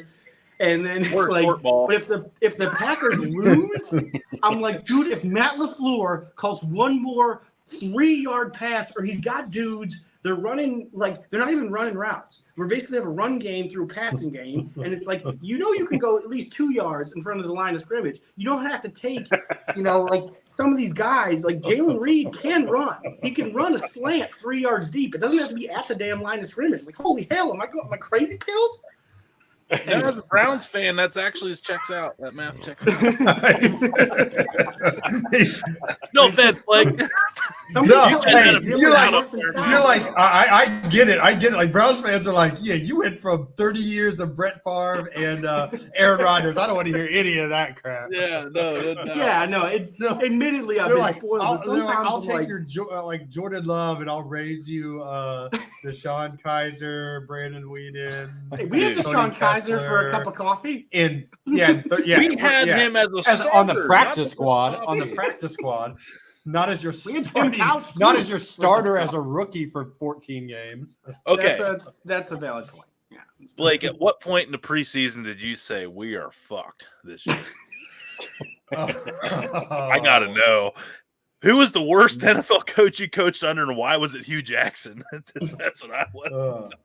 Hey man, we won't bury. I love my man Hugh. I mean, he brought me. I wouldn't be here, without him. I think he's actually playing on Graham. He's the head coach at Grambling. They're playing on TV actually right now on ESPNU, a night game. But it was a combination of all things, not just him, everything. But like you kind of felt it coming. You saw the quarterback situation. You saw, for no reason whatsoever, literally no reason whatsoever, besides you're trying to, honestly, intentionally do worse to get picks, right? You trade your one alpha. You send your one alpha dog on your team, which is Demario Davis, away, right? And look at what he's done and been in the 6 years since then, right? I mean, we had him. Oh yeah. You know what I mean? He's gone to he's been a 4-time All-Pro in 6 seasons. Since they sent him out of there. But then since then. But then 9 days before the opening game, not trading, not anything, but cutting Joe Hayden, and then just to see Joe Hayden go sign with Pittsburgh, who we opened the season with that year. And so we were a new staff and everything, new defense and everything. So we just that was our captain. We just installed everything, you got all this tricks, you think up your sleeve for the first game. And you're like, oh, that's great. Our franchise corner is now starting for our arch rival in game 1. All the tricks are out all the little schemes that we've been working on all off season long is out the window. And you're just we had 3 corners for that game. And I was like, yeah, this is probably gonna not go so great this year. It's so funny because I was listening to ESPN Cleveland every day during this stretch, and what he's talking about just brings back some real trauma. That season. Nombre, before we get to the hot dog eating contest, what do we have for Nick? What's one food you won't touch ever again? Just had too bad of an experience. Yeah. Oh, that's tough, man. I don't know if any contests have made me say like I'll never eat that food again, because I've had some interesting foods, and like some of the coolest ones are the really regional foods, like we do pepperoni rolls in West Virginia, or we do pork roll sandwiches in Jersey, and like those are only foods you find in those places. Tailor-made pork. Talking about doing I'd love to do like a pierogi contest in Cleveland or something like that. That'd be really cool. But I would say oysters and pickles are the two foods that like there'd have to be a good amount of zeros on that check for me to do that contest. Oysters are giant bug, bro. That's just a yeah, dude. I mean, anything you have to add cocktail sauce to get flavor isn't real food. Yeah. What kind of oysters? What kind of oysters do you eat? Oh, here we go. California oysters are supreme. Oh, I'm sorry. I will. Came in that mix too. Has anybody ever? He's too far in. Has anybody here ever had Drago's oysters? New Orleans Drago's oysters. I will tell you this, and I've lived this from my time. I did 2 stints in New Orleans, and I didn't eat oysters until I went there as well too. But Drago's is this famous seafood place down there, and they do these char-grilled oysters. I mean, they're just doing them like all night long, right? Okay, so they're char-grilled oysters, and they are just covered with their house recipe of butter and Parmesan. And it's like, bro, you're not even tasting the oyster, and they come in and they serve them in a plate that's got about that much butter, like all the butter sitting in it. Oysters Rockefeller are good. Oh, I like oysters, raw too. But like, you could eat not like oysters. You probably eat Drago's oysters all night long. I go raw all the time, baby. Yeah, I would eat those. My man. But I agree with you, Nick. A raw oyster eating contest would be. Yeah, I think the record's 42 dozen. In how long? 12 minutes. I think 12 minutes. That's just insane. 42 dozen. Talk to me about shitting through a screen door without telling me you're going to shit through a screen door. If those really were an aphrodisiac, like somebody's a drunk. Okay, somebody's a drunk. Their dick's going to explode, man. That's gonna be like a punch me clown. Not going that's anywhere. that's over 500 oysters in 12 minutes. It was. I'm good. There's some impressive records. Like when sometimes 576. Yeah, we forget, man. Like some of the records, because for us, I don't want to say it's normal, but it's like it's something you do. I guess it's probably like I'm not equating the two things, but a guy who runs like a 4.5, which is mediocre for what he does in the league, doesn't realize that that's blisteringly fast to a normal person. So like when I think about like for Mickey. For my wife, she did 16.5 pints of ice cream in 6 minutes. Yeah, that's probably the most impressive record to me that she has. Because I'm like, can you imagine the brain feed she got? She must have been saying, how do you not have brain? Is there like a certain trick? I mean, she's a cyborg. Is actually no. I think it's that checks out. There's a few little tricks. I think if you just kind of push it to the back and swallow it, you don't let it like coat your mouth in ice. That's going to be probably the easiest way not to get brain freeze. Ice cream shots. Got it. Ice cream shots. Yeah. 16 pints. That's a lot. 2 galleys. Yeah, that's 1 out of 50. I couldn't imagine, dude. I only want to eat that much to see how good my farts will be. Because I'm going to worry about the fart. I am blowing out the Harvard Coliseum if I have 16 pints. I don't think it would be a fart. I don't think it would be too much dairy. Yeah, that'd be straight in your shoe. Yeah, it would not be a fart. Well, guys, do we have the hot dogs? Do you have your hot dogs ready? Yeah, now that mine are cold. So here we go. That was by design, Johnsy. Even playing field. Yeah, you guys thought I was. Yeah, whatever. Here we go. Mine has fancy designs. Oh, wow! He's got fancy buns too. Oh, he's cheating. He took part of his out. What do you do? Pinch off the ends? What are you talking about? What did you get? Man, nombre cheating already. It's a Texas-sized bun with a regular Ohio weenie. Yeah, that's a nombre weenie in there. 2.3 inches. Yeah. All right. What do we sign up for? I don't know, but Nick Yeah. is going to be our ready, set, go guy. Who gets us So into we this? all have 2 dogs, and Blake will also be a judge from afar watching this. I'll do my my best George say when he'll say, "Count it down with me from 5, 4, 3, 2, 1, begin."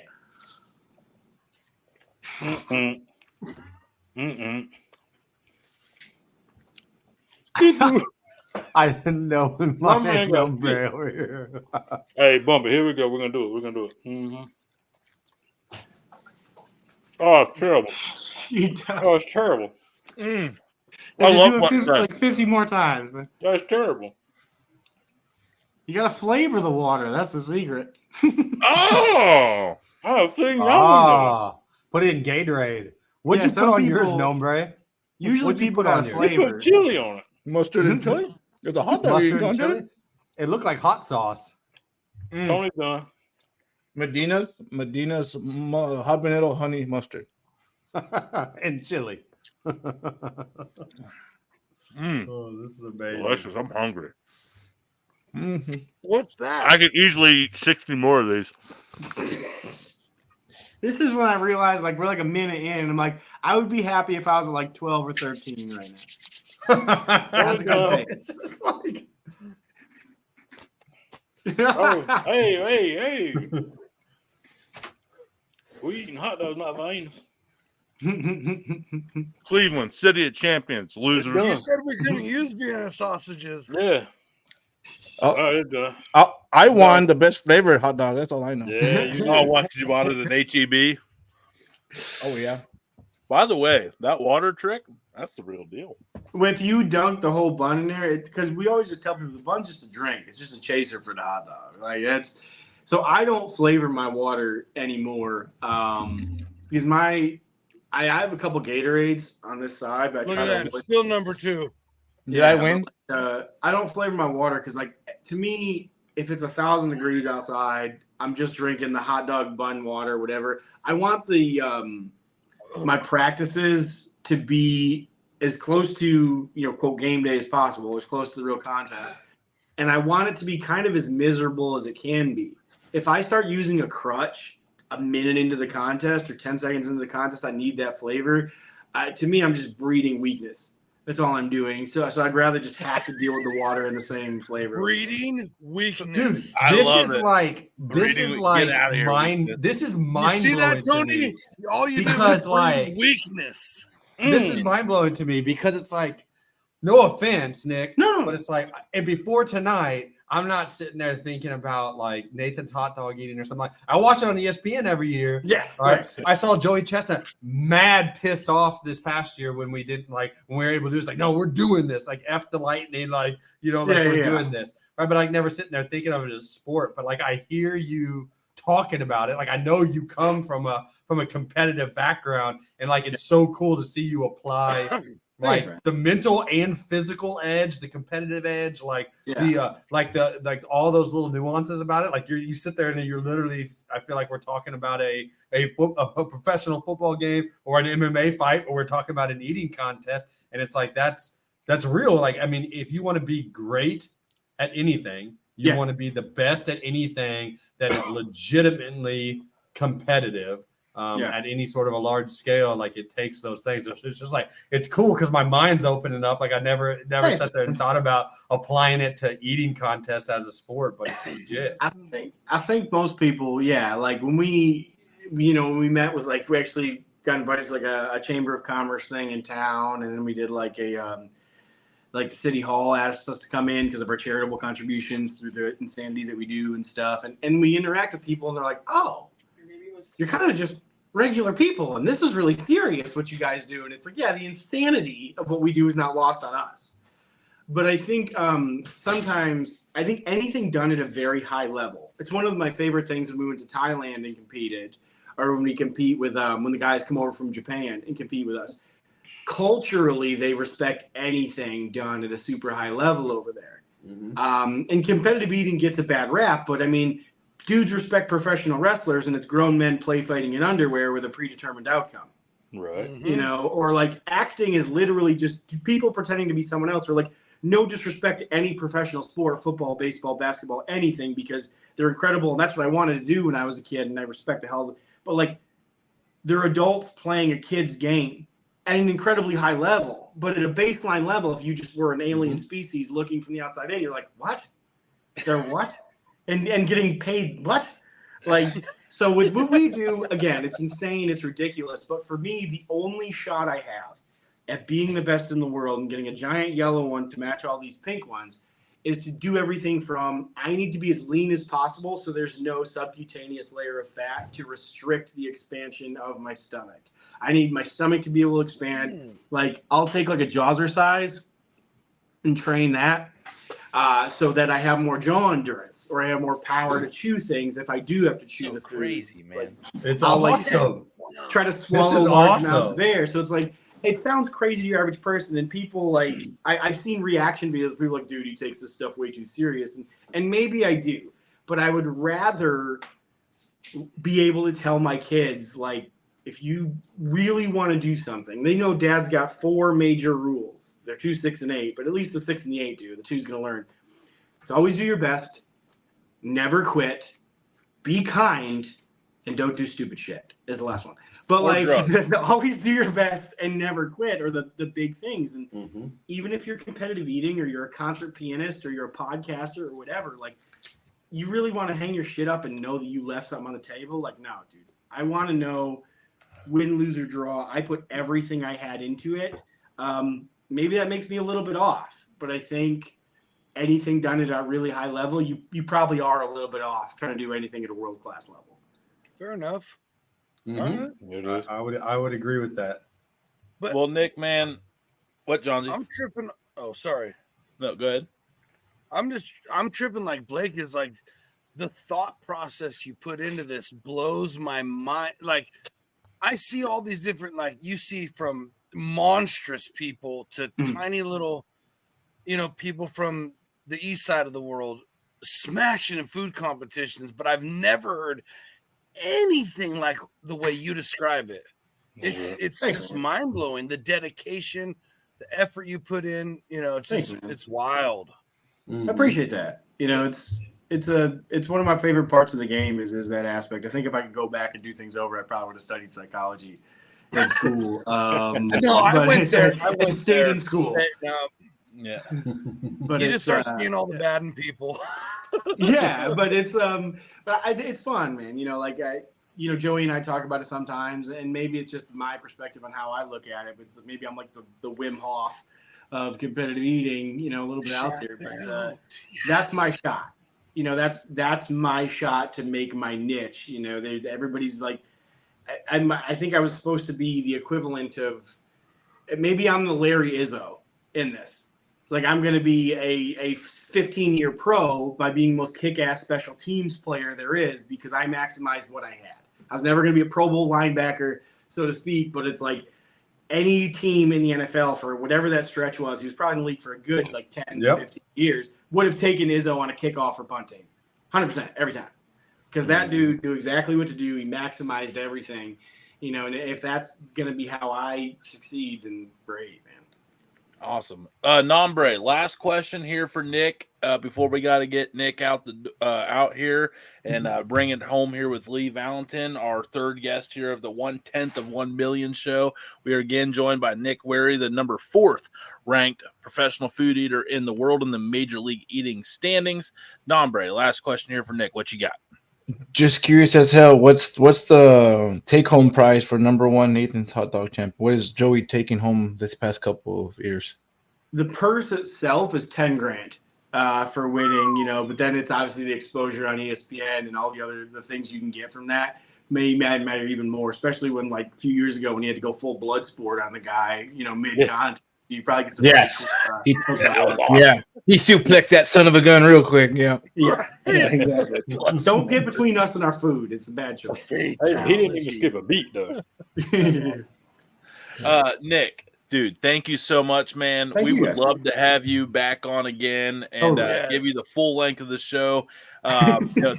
thank you so much for being a part of our very special night here. And you definitely brought a very awesome aspect and different angle tonight. Definitely one of the most intriguing conversations we have ever had on this show. Absolutely. I just thought eaters were eaters, man. But dude, like competition, I think, dude, I'm starting to think that might be one of the most competitive professional sports in all of sports, man. So you're killing it. Yeah, I know you. I'm jealous that you got a partner in crime, aka the wife, to ride the journey with, man. So. Right. That is fantastic. Maybe next time we can have you both on where you guys can trash talk each other the whole time. That'd be cool. Totally. Yeah, it's hard for me to do that because it's kind of like, oh yeah, well you're prettier than me too. Damn it! You're beautiful. All right. Must be hard. Must be hard. Yeah, totally, guys. I appreciate it. Thank you so much for having me on. Sorry for any like the rambling or the no, dude. More of it next time. Spitting fire. Thank you. Ladies and gentlemen, dudes and dudettes, number 4th ranked eater in the world, and also the number 1 jacked up, nice, chill dude of the world, Nick Wehry. Let's go. Thanks, Nick. You are the man. Let's go. Have a good night, guys. You All too. right. All right, we're Thanks, going to take a Nick. 2-minute break with a little preview of what Lee Valentin's about while we take a little break ourselves. We'll be right back in 2.5 minutes to the roundup of our 1/10 of 1 million show, but we're not going to cut it off. We're going to let Lee go because this is going to be absolutely hilarious. We love this guy. So we'll see you guys here in just a couple minutes. We'll be right back.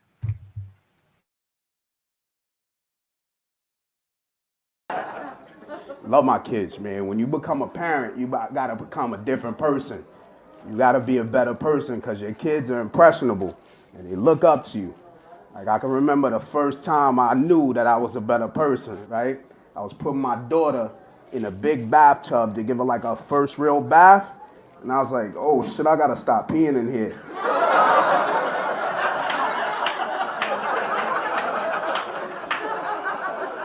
Instantly became a better person. And if you're not laughing, you still pee in the shower. So boom.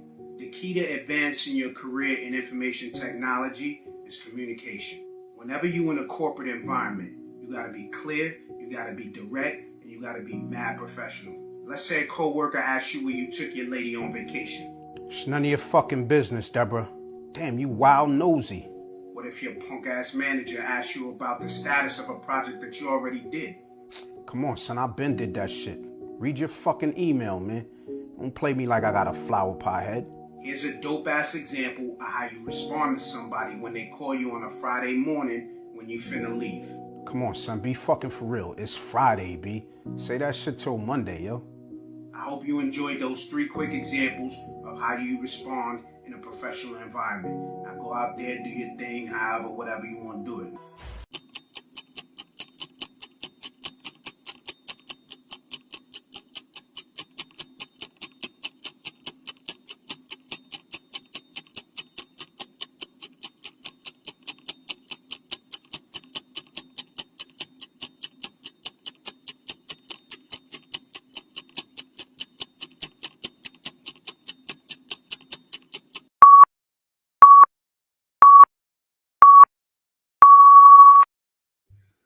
Ka-cha!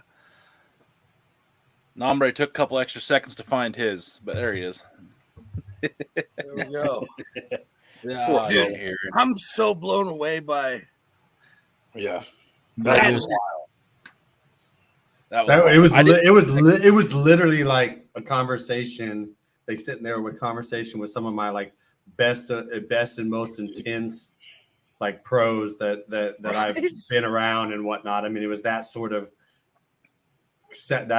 a conversation, you know what I mean? And like he gets it. Like when you lived I've lived my life like doing it and being that same way as an athlete coaching it. And it's like you see it. You see that he just taking that and is just applying it to this other thing now, you know. Mm-hmm. Yeah, it was whenever he was like, I wasn't feeling it. I felt like there was just weakness in my body. like this weakness. I needed to get that weakness on him. I was like, Jesus, man, like that wasn't like let's run through a brick wall while we're at it. He was like his boy. He said his boy was like he said he got that he did that donut eating contest and like won it and realized he was good at it, and then immediately was like, you know what, I'm gonna go win the national like Nathan's hot dog.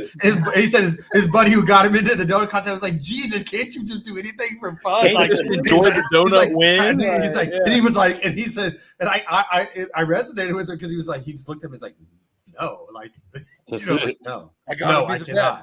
Yeah. It's like, sorry, like all in now. Screw lifting. I am now a kneader. Yeah, it's your fault. And no, I can't. I gotta go hard. So we've had, Blake, you were awesome the first hour, and thanks again for joining us along here for the show, for the whole show, man. This has been great. We had Nick Wehry on, the fourth ranked in the world in the Major League Eating standings. And now we're going to round things out here, and we are going to just have an absolute guaranteed blast, baby. This last hour or last half hour, sorry, however long this goes, we're just going to send it to at least till the top of the hour. But we're real excited to have this guy back on. First time he was on, legendary move, took us on stage live in downtown New York City on one of his sets, and then joined us out in a active New York City downtown street afterwards. So he was the first one to take the dudes live on New York City. A man I think he's a Jets fan, which that would suck this year. That would be bad. Hey, they got Aaron Rodgers. Also not a long, pristine line of winning since the 40s.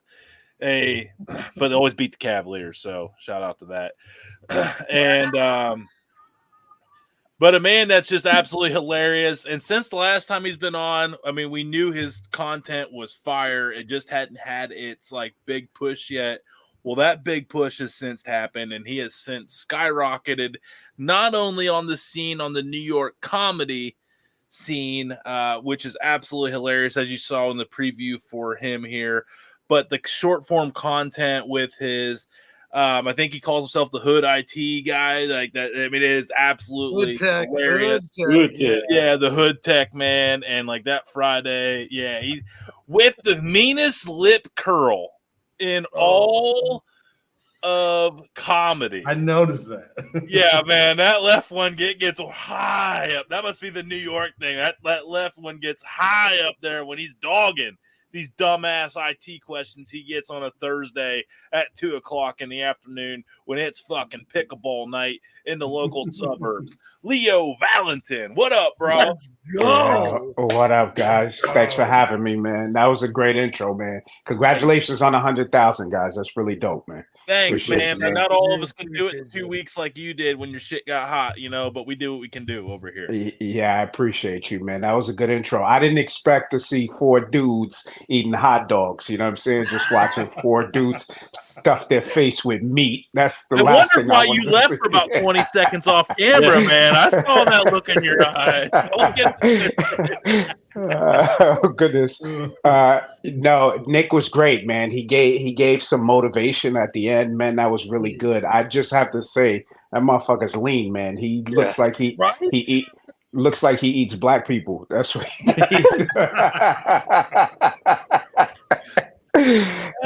great, man. He does. Hell yeah. He's got another fan here, man. So that's really cool. It's good to be here, Blake. You could tell you rich, bro. I could tell by the fabric on your throne that you got there, bro. We pulled out all the big dogs, Lee. We pulled out all of them, man.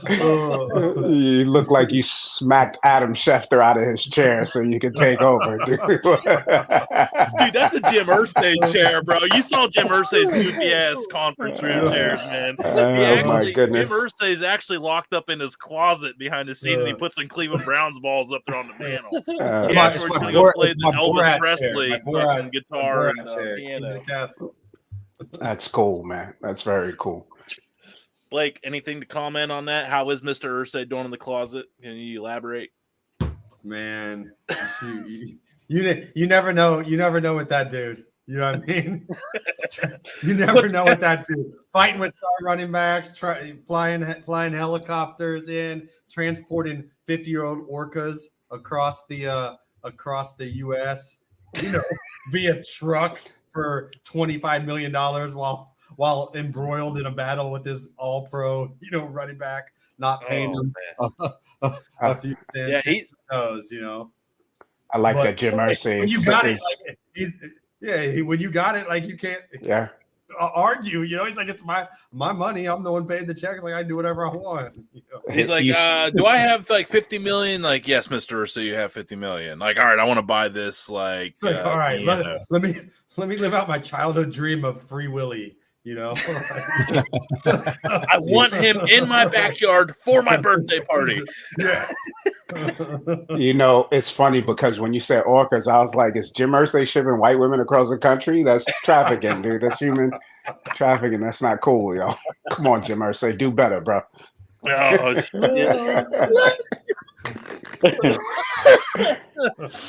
And this is why we saved Lee for last. Hell yeah. Yes. Come out. Oh man, Damon, what you got here for Lee, man? Let's go. Let's get it rolling, man. What's up, Damon? Hey, what's up, man? Hey. So last time you was here, you was working on your little mini series. I brought it up last time. What was I think it was Soys in the Hood. You said you was gonna be working on another one. What's the update on that one? Anything coming good? We had something in the works, man, but couldn't. It's so difficult to get people together when you're working on something like that because you have to worry about the filming crew, the editors, and you put a lot of actors together, so it's a little bit difficult to get it all together. Which is why I've been doing the solo stuff with Hood Tech and the Hoodie Johnson stuff. So I wish it was a lot easier with people's schedule to get it together and stuff like that. But it's been real difficult, man. We had a shoot that was scheduled for October 28th, and one of my guys had an family emergency, so we couldn't get it done. But hopefully when the spring rolls around, we'll be able to get some things together. I got some ideas that I want to put together. So there you go. Hell yeah. Nombre. I'm glad to see you're doing good, bro. It's always a good time with you. Nombre, hold on, dog. Hold on, because oh, here we go. You were treating your fucking hot dog like Nouvelle Cuisine, bro. You were slow. It was a contest, and you were contouring fucking mustard and chili on your hot dog while everybody was stuffing their face. You're like, no, I'm gonna enjoy this. I saw you lick the fucking chili first. Yeah. I tell you what, if it was a tasting contest, I would have won that one. You did. You were making love to that hot dog, bro. Dude, That was hilarious, bro. Like room temp was so 40 minutes prior to that. I was like, man, I'm gonna have to just suffer through these two dogs. Exactly. Any plans of coming on to different states anytime soon?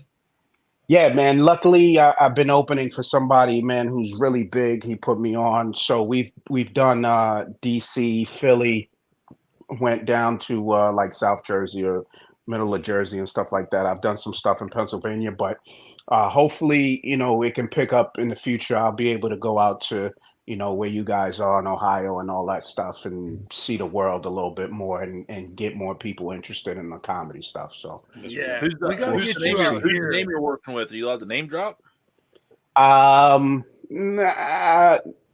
No. Okay. That's fine. Hey, I gotta ask. I mean, I'm a shitty podcast if I don't ask some damn questions. I'm just no. That's a good question, but I'm just I'm just grateful to be put on, man, and I want to be kept on. You know what I'm saying? So I want to keep doing the thing. I wish, dude. I wish. But no, I've been lucky, man. We gotta get you out to the West Coast. You would kill it out here. So the follow-up question for people that haven't seen you, shame on them. What's your style of your shows? You have comedy audience roaster. You have your skits in your head. No, it's changing, it's evolving. So a lot of what I do is I talk about myself and my family. I talk about married life and moving out the hood to the suburbs, and also raising a son who's now 18, and just things like that. Getting older. That's my biggest thing now. Is I'm going to be turning 50, so I'm talking a lot about that and the differences between being young and old.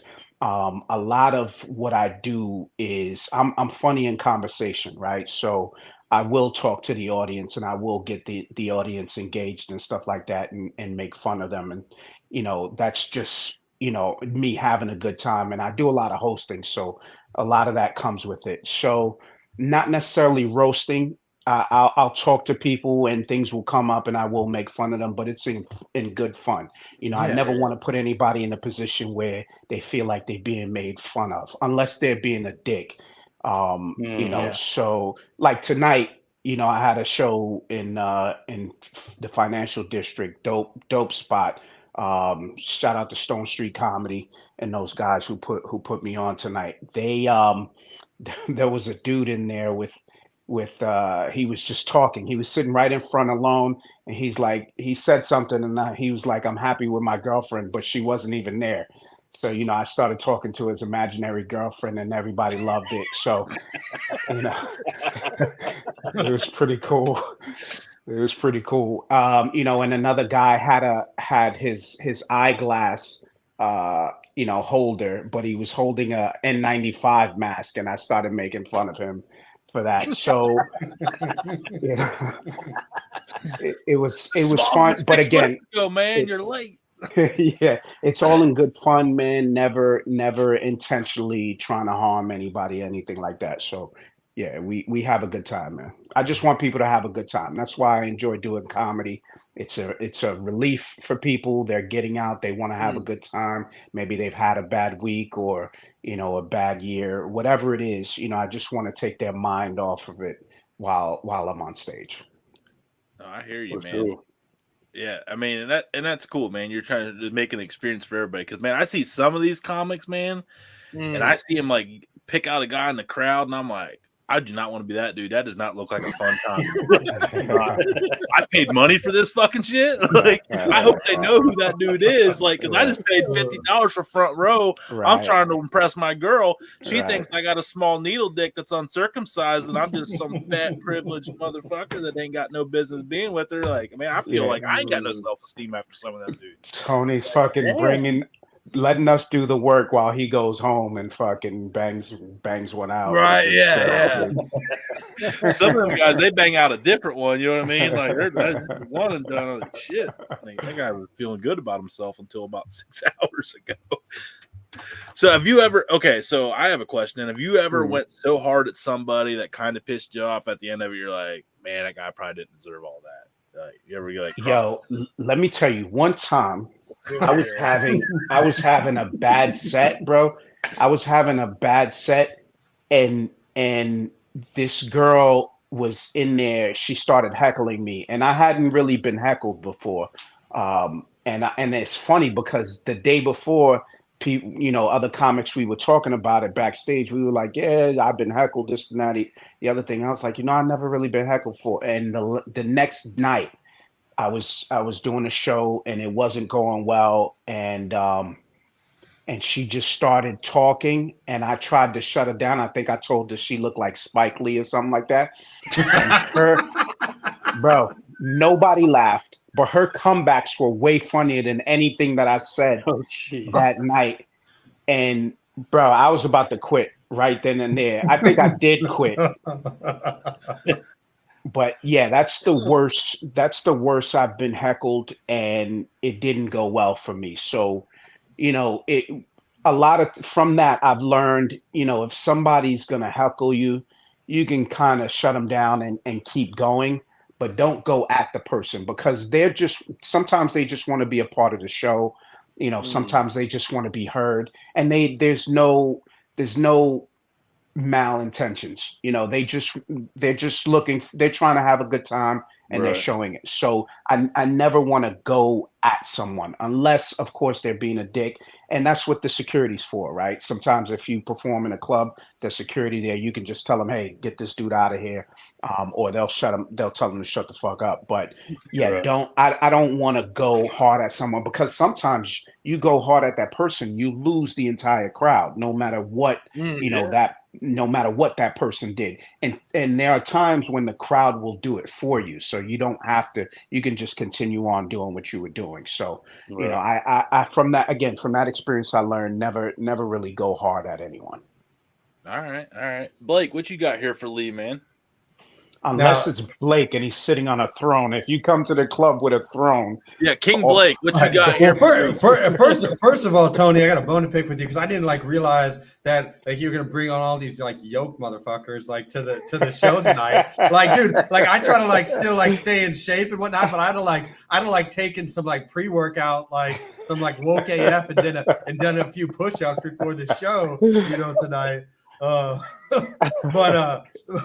no, I guess my question was, I love your skits, but I one of the ones or the IT guy really really, I don't know, just hits me, some of those little, it cracks me up. And so I wanted to know a little bit of the genesis of it. I was telling my wife and Pops earlier tonight, I was like, man, check this out. And I was like this LL Cool J meets meets Terry Tate, the Office linebacker, if he was trying to grow up and be all corporate. And so tell me about tell me about the genesis of the corporate IT guy, and where that started at and how you built that out. So I've been doing IT for 30, 35 years, whatever it is, for a long time. So and it's always been something that I've hidden. I don't even know why, in terms of comedy, because I felt like if you're a comedian, you're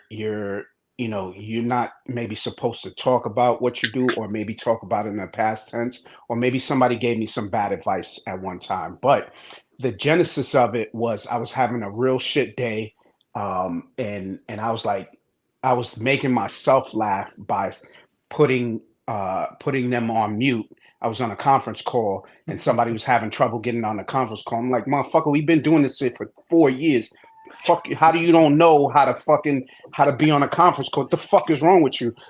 And that made me laugh. And I was like, oh, I should do this shit on. So I just turned the camera on, and because it's actually me. It's who I am. It's my thoughts. It's how I speak. But I have to be different in the corporate environment, right? Because this is how I pay my mortgage and shit like that. So I can't. But at my advanced age, I'm comfortable now being that person, and people know that that's how I am. So throughout the years, I've been able to get jobs where I can be myself, and I don't really have to code switch as much. But that's kind of who it is. It's who I am and what I do, and I just combine the two, and that's how the character. So it's not really a character per se, but it's and it's exaggerated, obviously. And just some of the things that people want to say when they when they're in a corporate environment.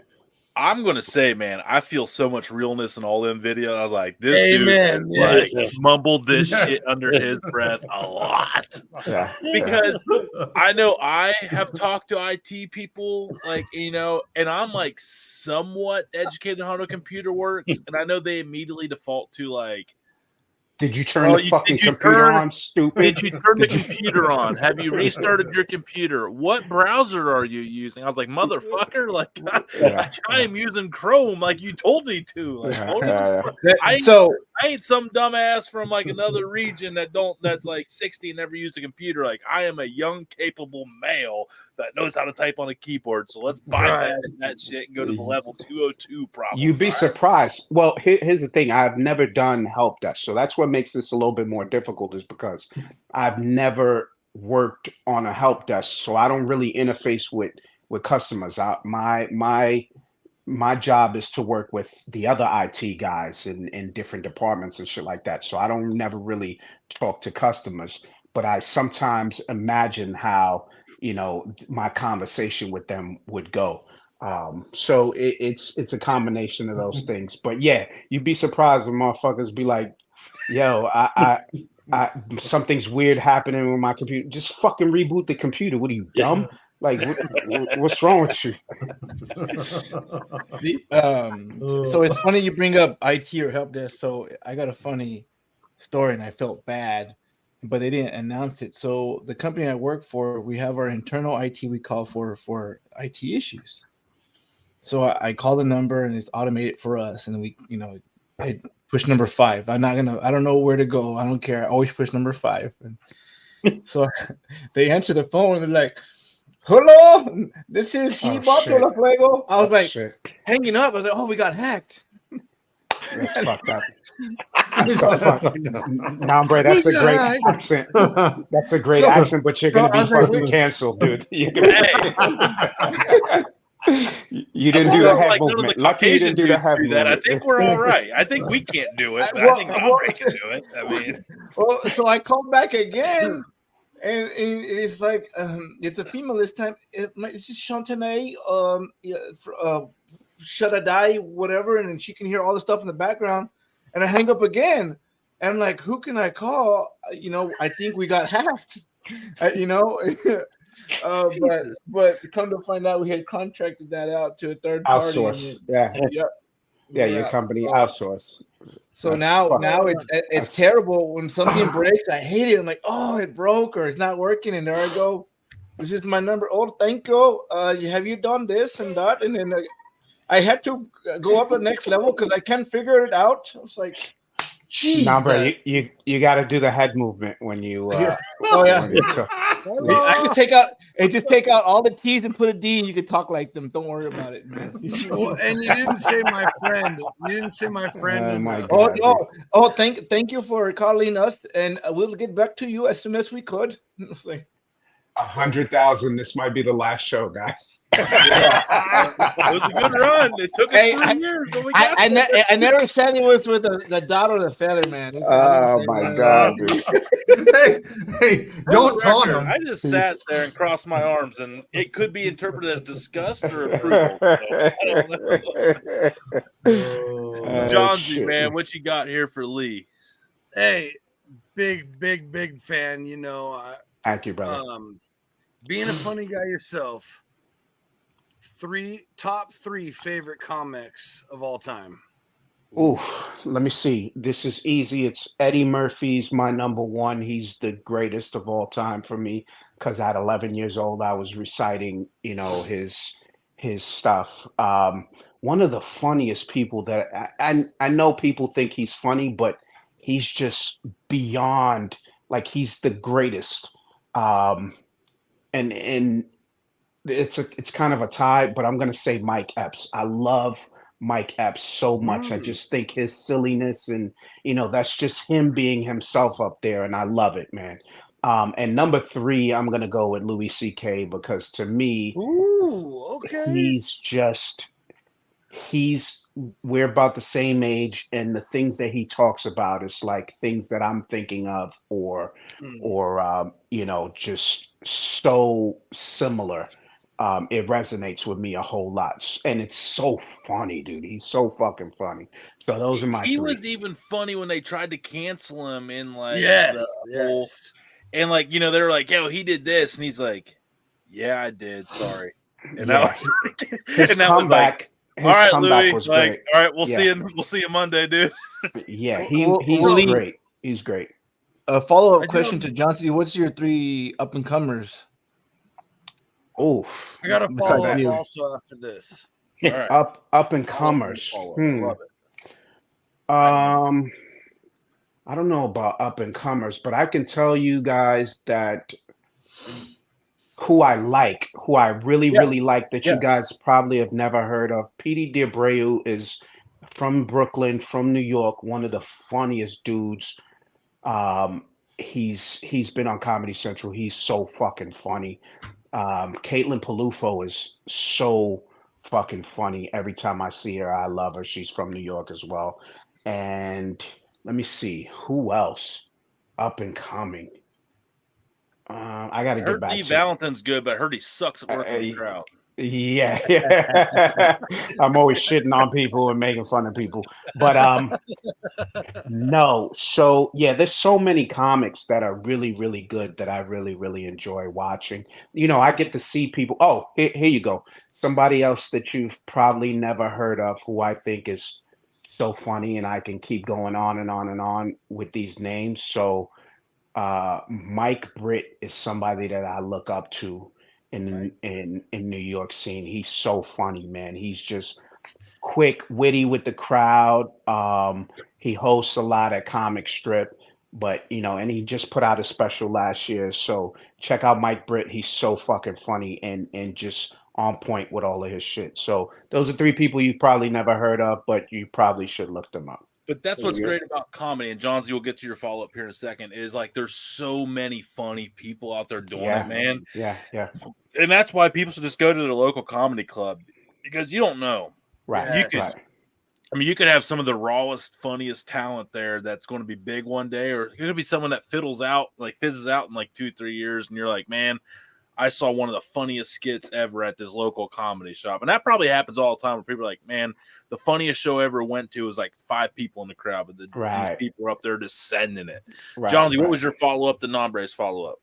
I got it just because I want to stir the pot a little bit. Most overrated comic, in your opinion? Ooh. I don't know, and I wouldn't. I'm not trying to talk like bash anybody, but I don't know.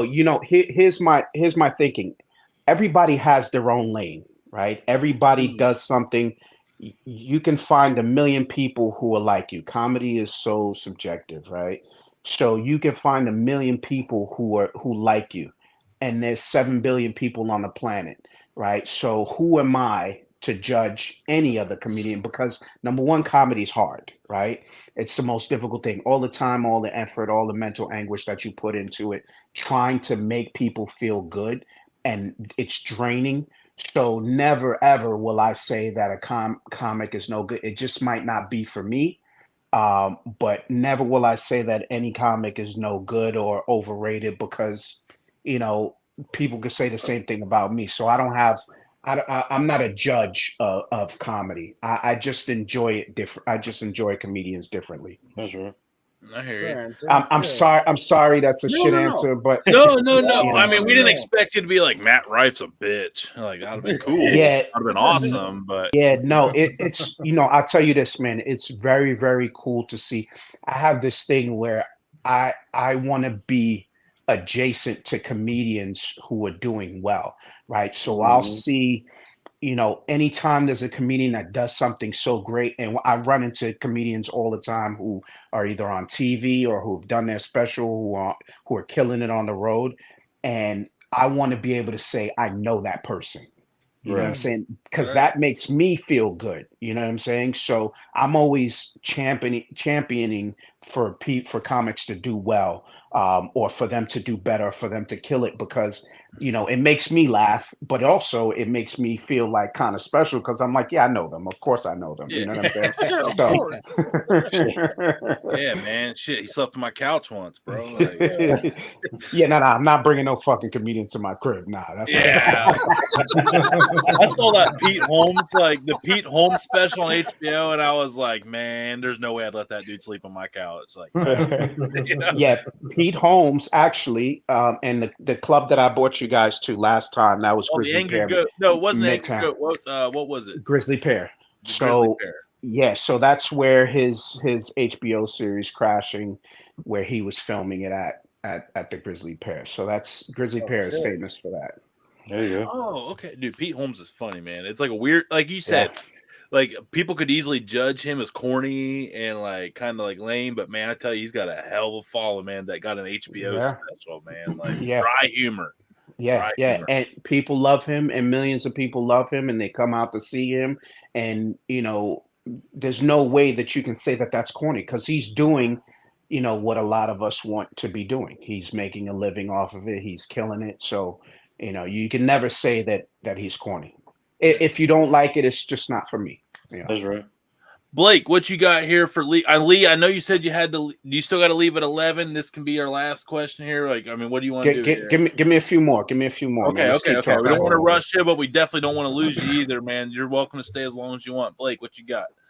Yeah, I mean, you kind of mentioned it. It's kind of where my mind went, and it kind of always goes on this. Not to take it to a not as humorous side, but like you mentioned and you hear about this a lot, right? Like the behind the comedy, right? It is still work, right? Like the work, the effort, the draining aspect that can go into that, you know what I mean, and whatnot. And you can hear sometimes some of the dark stories, you know, that you hear in the Robin Williams' world or the Dave Chappelle's world and whatnot. So just kind of talk to me a little bit about that aspect of, you know, trying to create comedy, create, you know, brevity, you know, in jokes, like to make people happy, you know, and laugh, but that it's like actual practice and grind and work as well too. And that sometimes you have to do it when like you're not feeling the best, you know, on your day, coming from your day job or your family life or whatever it may be, or driving around New York City dealing with, you know, stuff or whatever it may be, you know what I mean? But you still got to perform. Yeah, no, it's very difficult, man, and it varies. Some days you'll be so high and you'll have a good time, and you'll have that energy on stage, and just some days we're just regular people, right? So we're just it's our job. We want to go out there and do the best we can, but sometimes we're not always feeling up to it. And I think as you get older, this is where some of the mental anguish comes, at least for me, right? The older you get, or the longer time you have in comedy, your tastes change, right? So your taste for your own comedy changes. So you're always fighting to try to be better, but ideas don't come like that, you know, or you may be stuck doing the same joke, or there's some bits and pieces in the content is not doing so well, and you're trying to figure that out. So those are kind of the mental battles, right? So I can have 4 shows in one night or 4 shows in a week, and 3 of those shows aren't that great, and you forget about the one show where you did well and it was great and everybody had a good time and people are coming up to you saying how funny you were, but those other 3 shows weren't as good in your eyes. And now you're trying to figure out why. You're trying to chase, because you're only as good as your next show, right? You can't think about anything, kind of like football players, right? The minute they lose, they're on to, all right, what's happening the next game, right? So what do I have to do to prepare for this next show to get better? Maybe I'll change something, but it's so difficult because you're on stage 10, 15 minutes at a time. In New York, you're like, 6 to 10 minutes at a time on stage. And, it's not a lot of time. And you have the rest of the day to think about how poorly it went, or that you didn't do enough, to make this gaggle of ugly people laugh. You know what I'm saying? So that's kind of the mental anguish. You're always battling and trying to get better, and it doesn't happen like that, So that's kind of the trouble. Speaking and of when you I'm sorry, when you get off stage, you may have just made all of these people laugh, but you leave that place and nobody knows who you are. Nobody cares that you just made people have the best times of their lives. None of that matters. You just get on the A train and you're just another stupid, ugly person going uptown. You know what I'm saying? So here's another IT guy, riding in the A train. Yeah, bro, I've got these followers now, right? And what does it even mean? I'm just doing it so that I can, it's a good time. I want to make people laugh again, but what does it mean, right? It hasn't really transferred into anything in terms of my career. Because I thought that I would be able to say, all right, I have these followers, and I'm having people coming out to shows, trickles of people coming to shows and shit like that. But the clubs are not seeing it. They're not aware. They're not booking me more. So what is it for? And also too, when you look at the amount of followers I have in the grand scheme of things, it's nothing, because I'm not even known in my own household at sometimes, you know what I'm saying? I'm not even funny being here. So what does it all mean? You just keep trucking along and doing the best you can and Well, I whatever, man. disagree. I disagree with that, man. And Blake, you'll agree with this term, diversification, man. You got your comedy crowd and you got your social media crowd. Like we have like 7 platforms, man. Each platform's got its own crowd. Each platform's got its own favorable content. You just got to learn how to like master your craft at like entertaining your social media crowd than like creating your own separate, because if you get everybody in the same boat, man, like that boat can capsize. But if you got multiple boats, you lose one, you still got the other. You know what I mean? So you're in that process, man, of like you got to start learning that balancing act, and you're in the middle of it because this shit happened quick on the social media side. You went from and I'm not dogging you, man, you had good content and I knew that it would pop. Like once it popped, it would pop, and it has. So now you got this like crazy new balancing act because now you're like, I still got to do my stand up, but I still got to make my content to keep my to keep my thumb iPad consumers happy too. You got 2 sets of consumers now, man. So that's difficult too, because sometimes I'm like, all right, I'm doing the social media thing so that I can get, on stage more. But am I sacrificing what I'm supposed to be doing to try to be on stage more when I'm trying to think so hard? Because for me, excuse me, for everybody else, I don't know about everybody else, but for me, it's very difficult to come up with these ideas.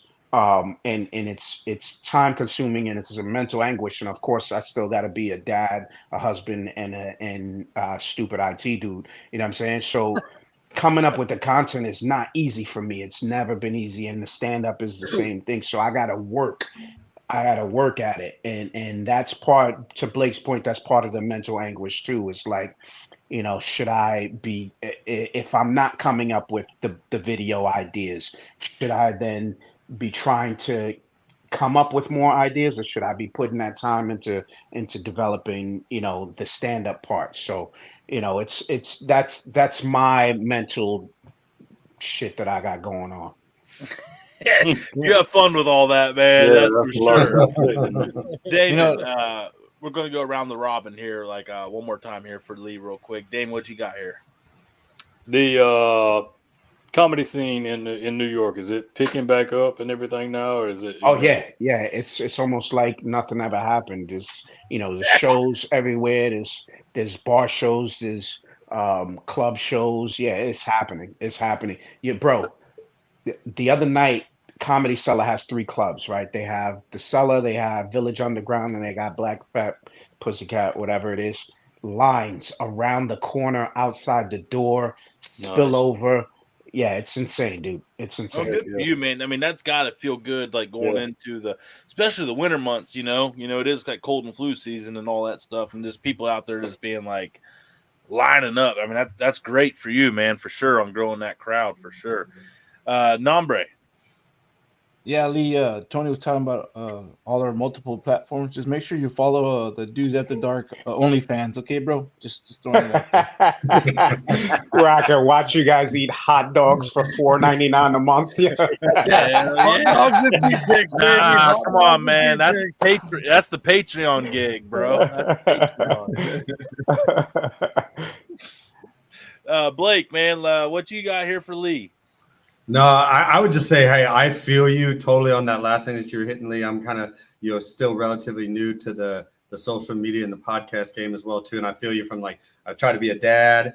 I'm still trying to give back like my coaching knowledge. I run my big like financial firm. I've got a big, podcast show and sports talk TV show, and then kind of put out my own content, kind of doing that stuff. And I'm lucky enough that I've got a couple like really good people on the content side. On my personal side, I've got my personal content guy, and then I've got my in team, and then kind of like the media, team. But because I totally get that. Like, I mean, and there's huge value in that. Like, I mean, I'll sit there and just ramble, sometimes, or answer a couple questions, with my guy, or he'll prompt it, and it's amazing to watch. Him just like download that like 10-minute rant and be like, okay, here's 7 content pieces. Here's the hook. Here's the da-da-da, and whatnot. And so, I mean, I think it's like sometimes having a team, I know for me, specifically having a team,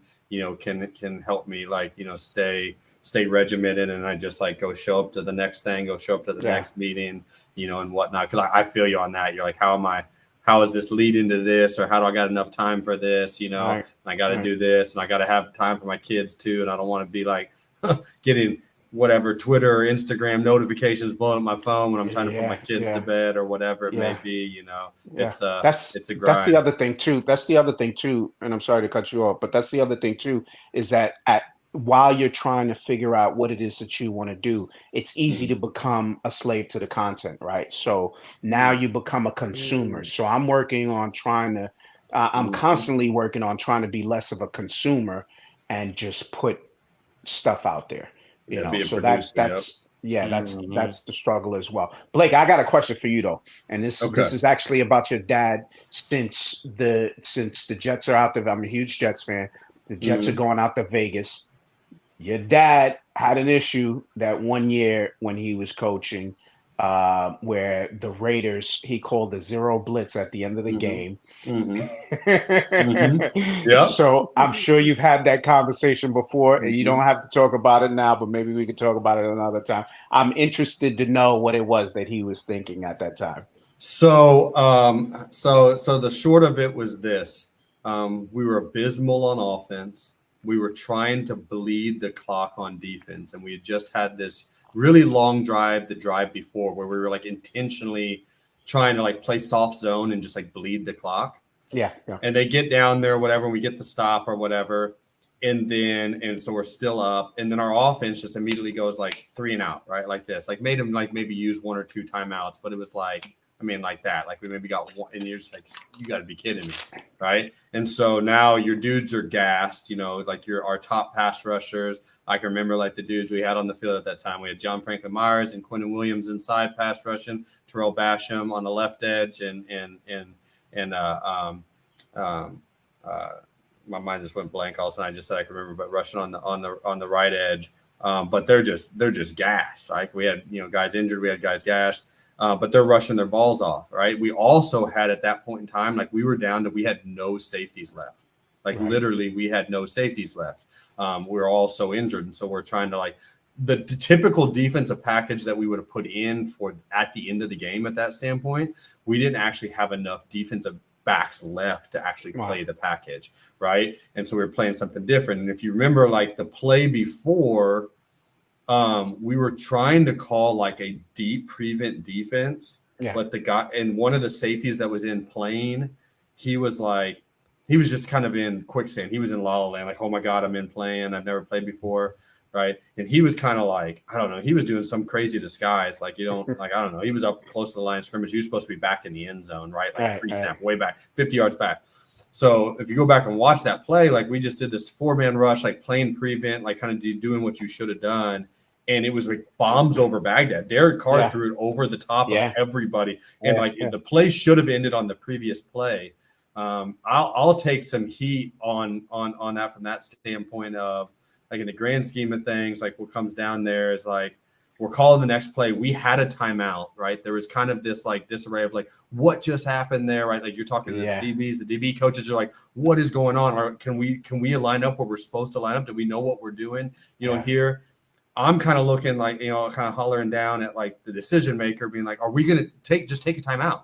Like just take a timeout. Like if we stop and the game's over, just take a timeout. Like, let's like reconvene.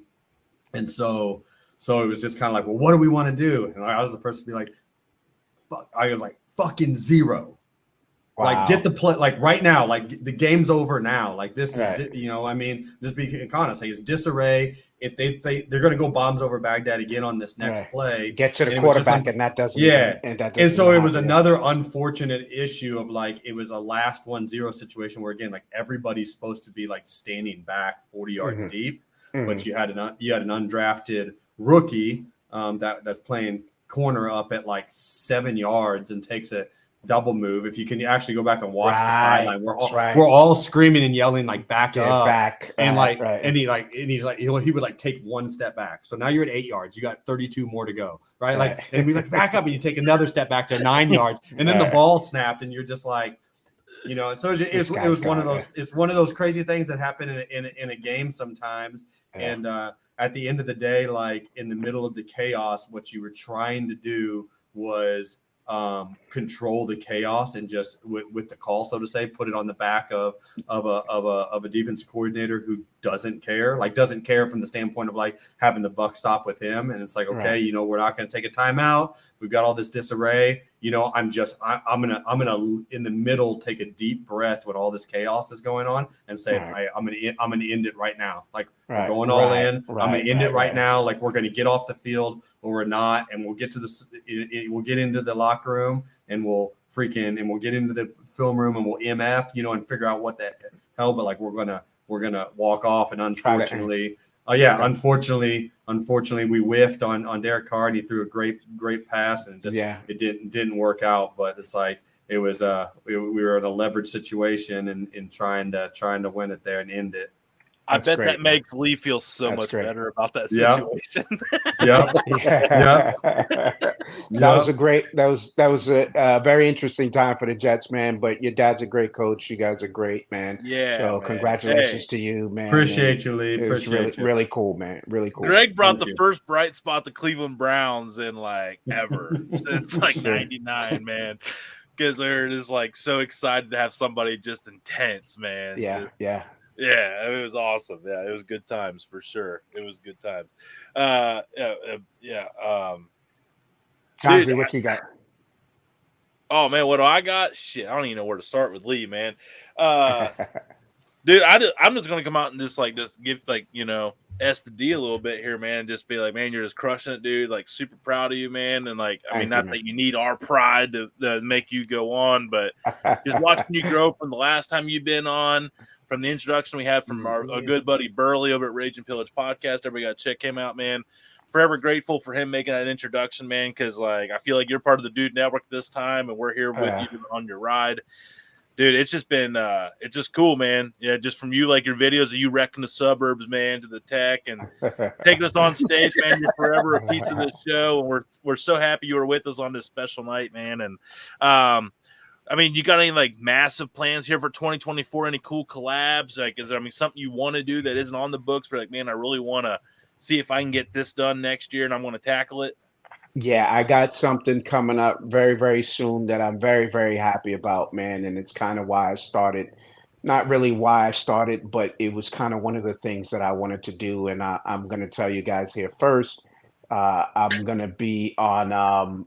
I'm going to be on One Jets Drive. They do a fan series, and they're going to do sort of like a mini doc for a part in that series. So they like my Hoodie Johnson character, and they reached out to me and they said, "Yo, we want you on the show." So that's what it awesome, means, brother. who knows? But yeah, Jets fans love the character, man, and it's really cool, and it's a blessing and to even be noticed or anything for anybody. I just want people to enjoy the content because I enjoy making it. So to have that happen, that's really, really dope, man. So when are you going to be on One Jet Drive? When are you going to be on One Jet Drive?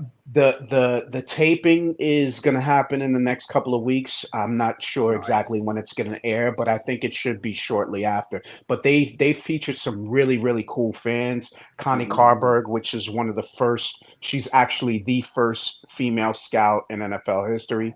She was featured. She's a big fan, Jets fan. She worked for the Jets. And there's another gentleman, I can't remember his name, Matt G. He's an artist. He draws the sickest fucking pictures of Jets, man. So they're just taking the Jets fans and making them some of the best, since we're some of the best fans in the world. That's awesome. They're showing us some love. So that's the most exciting thing that's awesome. happening. That's big props to you. If nobody's seen it, like One Jets Drive is, I mean, it's a big production. I mean, I love it. I still watch it this day, but it's like it's like an in-season Hard Knocks, right? That Jets put on and have for a year, but it's a big time production, and they it's a Hard Knocks like episode, production episodes that they do each week. That's badass, man. Congrats. It's really, really cool, man. You get in-depth looks on the team and stuff like that. So yeah, it's really, really cool, man. Really, really cool. I'm happy about that. I mean, also hope you get some networking out of it, man. Like, it's one thing I've learned. It's like networking is everything. So hopefully you go in there, you have a good time, and you make a couple new friends that you can reach out to every once in a while. So that's what's up, man. Have you fucked up your neighborhood yet? All the time, dude. All the time. Boy, let's go. Every Saturday I go out, I got the music blasting, and everybody's kind of like hiding. And don't forget about Dre, man. Just crank that shit to 1,000,000. Let's don't let him forget.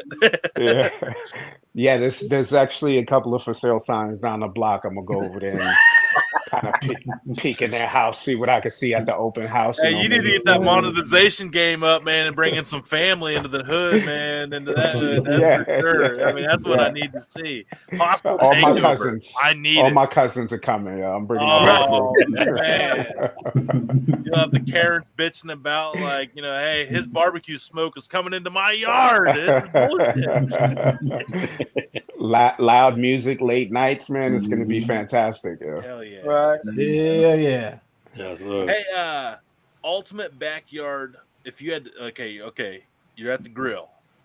It's all there. What are we grabbing? You get one thing, one and done. What are we grabbing? You mean food wise? Yeah, or, food. I mean, obviously, you got a beer in your hand, or something to drink. I'm talking any kind of meat on the barbecue 4th of July party. What are we getting?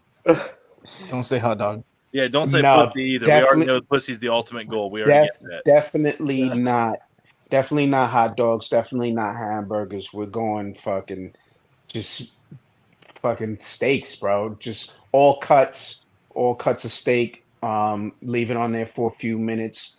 Get it nice and charred on the outside, low pink on the inside. So there it is. We're doing steak, man, and that's pretty much it. I respect it. I'm here for it. Tomahawk steak. Tomahawk. There you go. Damn, he's going with the big dog. Yeah, big E. Go big or go home. Well, he's got that big IT money now. Yeah, true. yeah, man. Yeah, he's getting like millions from TikTok and Instagram now. Yeah, shit. I'm trying to get Blake Williams money. Huge, folks. Hood yeah, he's got to feed those big ass delts, man. It's like he's like give me a tomahawk ribeye, straight red meat, 22 ounces. Where does it go, Blake? Straight to the shoulders, bro. He probably can't. When he walks around, it looks like he's carrying around 2 suitcases, man. Like, he ain't got none. He's just like, whoop, whoop, whoop, whoop, whoop. I saw Nick. Nick, and that's where I was. I went off to do some push-ups because I saw Nick. I was like, nah, I got to put these. It's like the only comic in New York City. The only comic in New York City who acts as his own bouncer. Right. He's like, at some point in time in the show, the heckler's got to turn like, don't get me fucked up. Come down off the stage. Maybe calling for security, putting the mic down. Yeah. He's like, don't make me get security. Yeah, it's me. Turn around. It's like, hi, I'm security. That's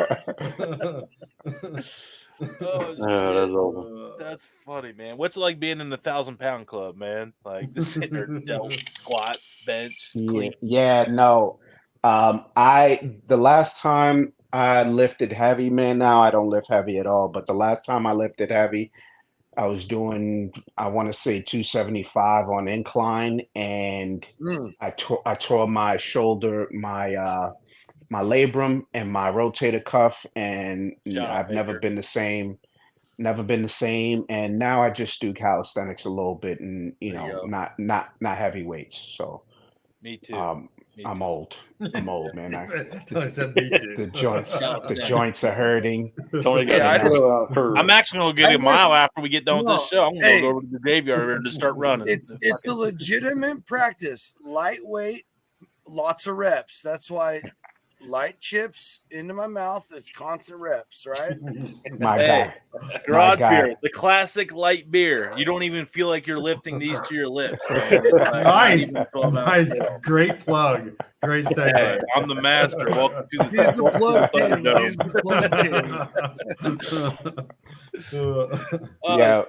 Thank you very much, guys. I appreciate you, man. This was a lot of fun. I'll come on anytime, and maybe we can get you guys on stage again.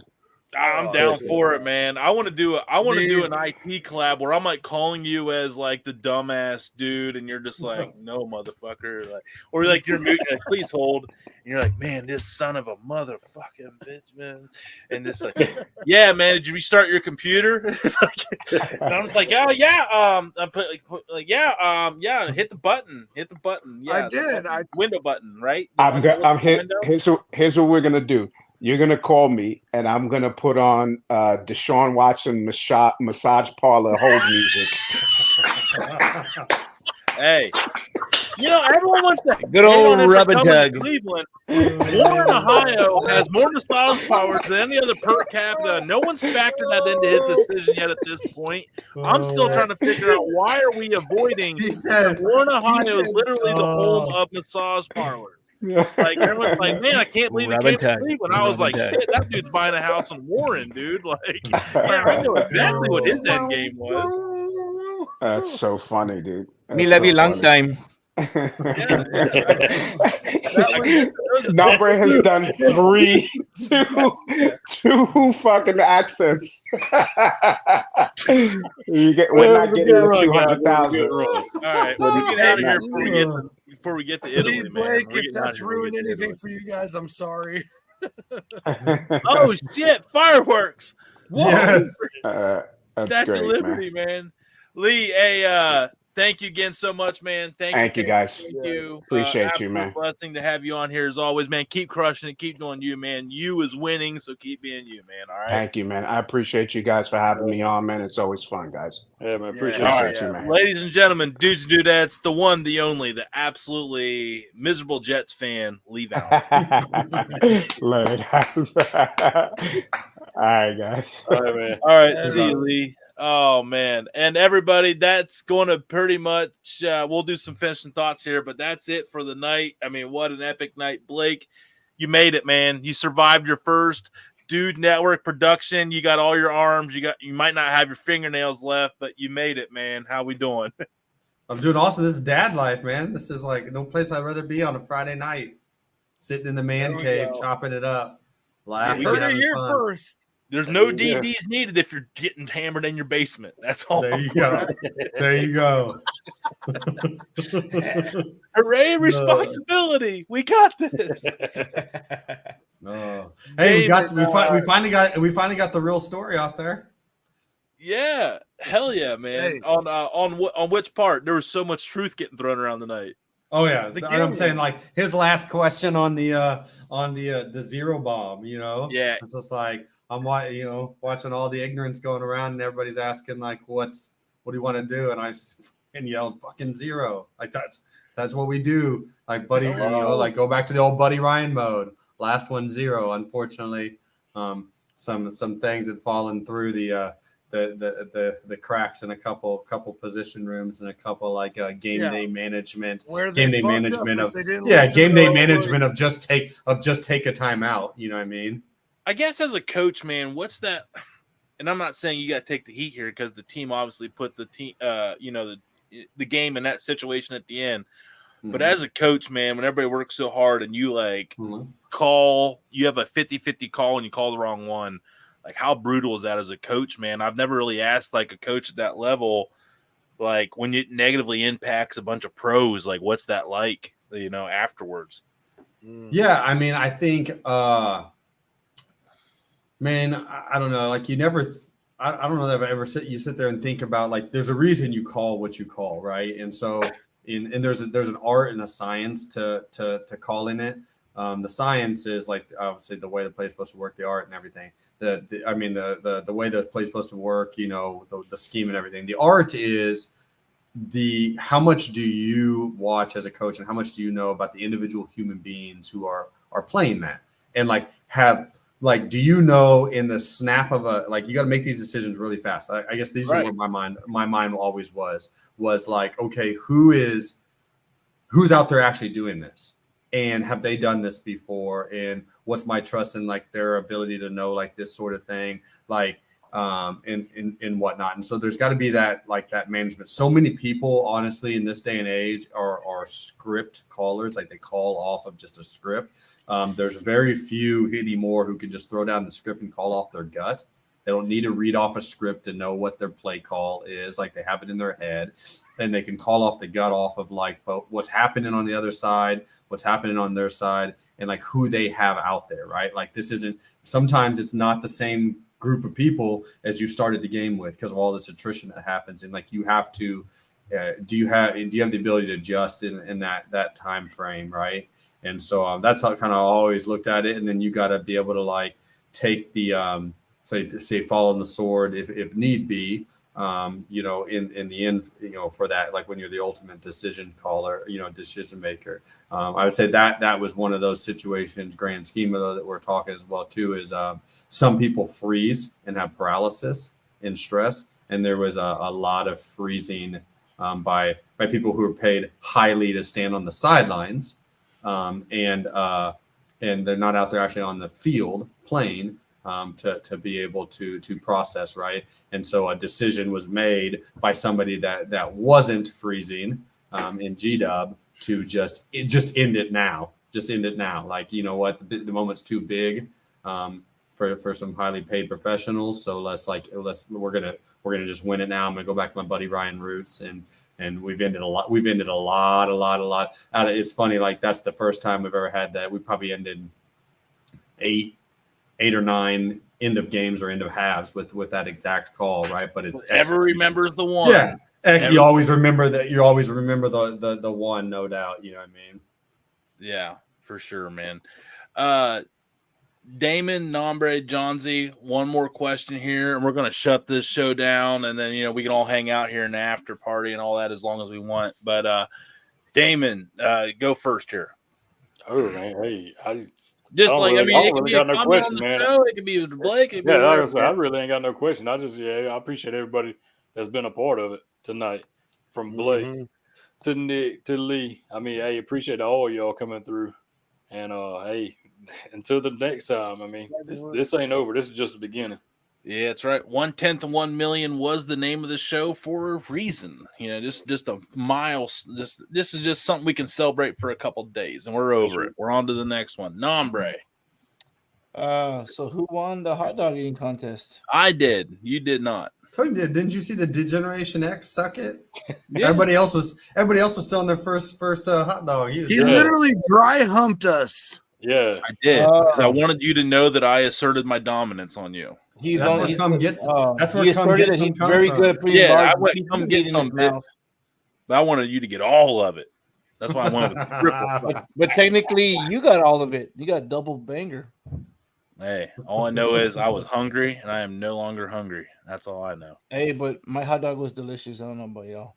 Mine was good. It was an Oscar Mayer, man. It was all good. Mine was not good. It was cold and mine was at 15. You remember that pack growing up for 59 cents? You get the 8 weenies or whatever number. Oh, the John Morel's, dude. The John Morel's used to be like 50 cents a pack, bro. Well, I went to go look for them and I realized they went to $1.27. I was like, God damn it! Only at Mako's with the orange Inflation. sticker are you getting under $1 for a pack of dogs. I mean, I went for I wanted everything cheap in that piece of meat. I wanted chicken feed and all that stuff in there. So lips and assholes is okay with me and my hot dogs. I don't care. No, I appreciate that. I appreciate every Blake. Nice to meet you, man. Nice to meet you too, brother. Tell some of your quarterback and running back and defensive friends to come on to the show. It'll be great.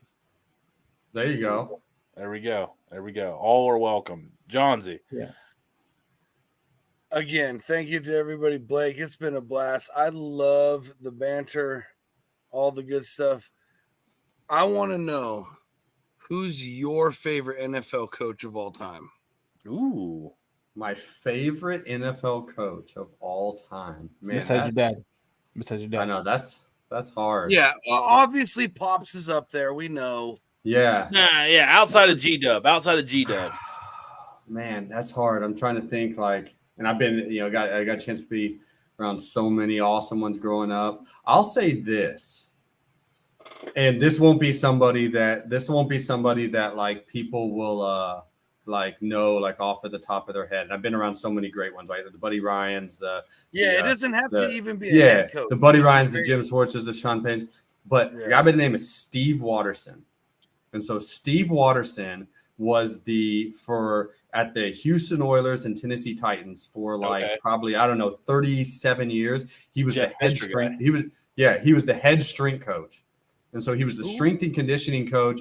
And I, honestly, probably the last, probably 15 or 20 years he was there, both for Jeff Fisher and then for Mike Munchak, as well too, who was a Hall of Fame player for them. But Steve also served as the assistant, as the true assistant head coach. So you don't ever see that happened before. But like, bro, I'm telling you, like, that's what Steve was one of the most phenomenal strength coaches I've ever been around. Like ability to both the science of it, but then like make people tough as well too. But I'm talking about, like, I was sitting there thinking about this with like Lee tonight, is like, he missed his calling. Like Steve Watterson should have been like a stand-up comedian, and he'd have been as far the other way. Like he had that personality. Like he'd been as far the other way on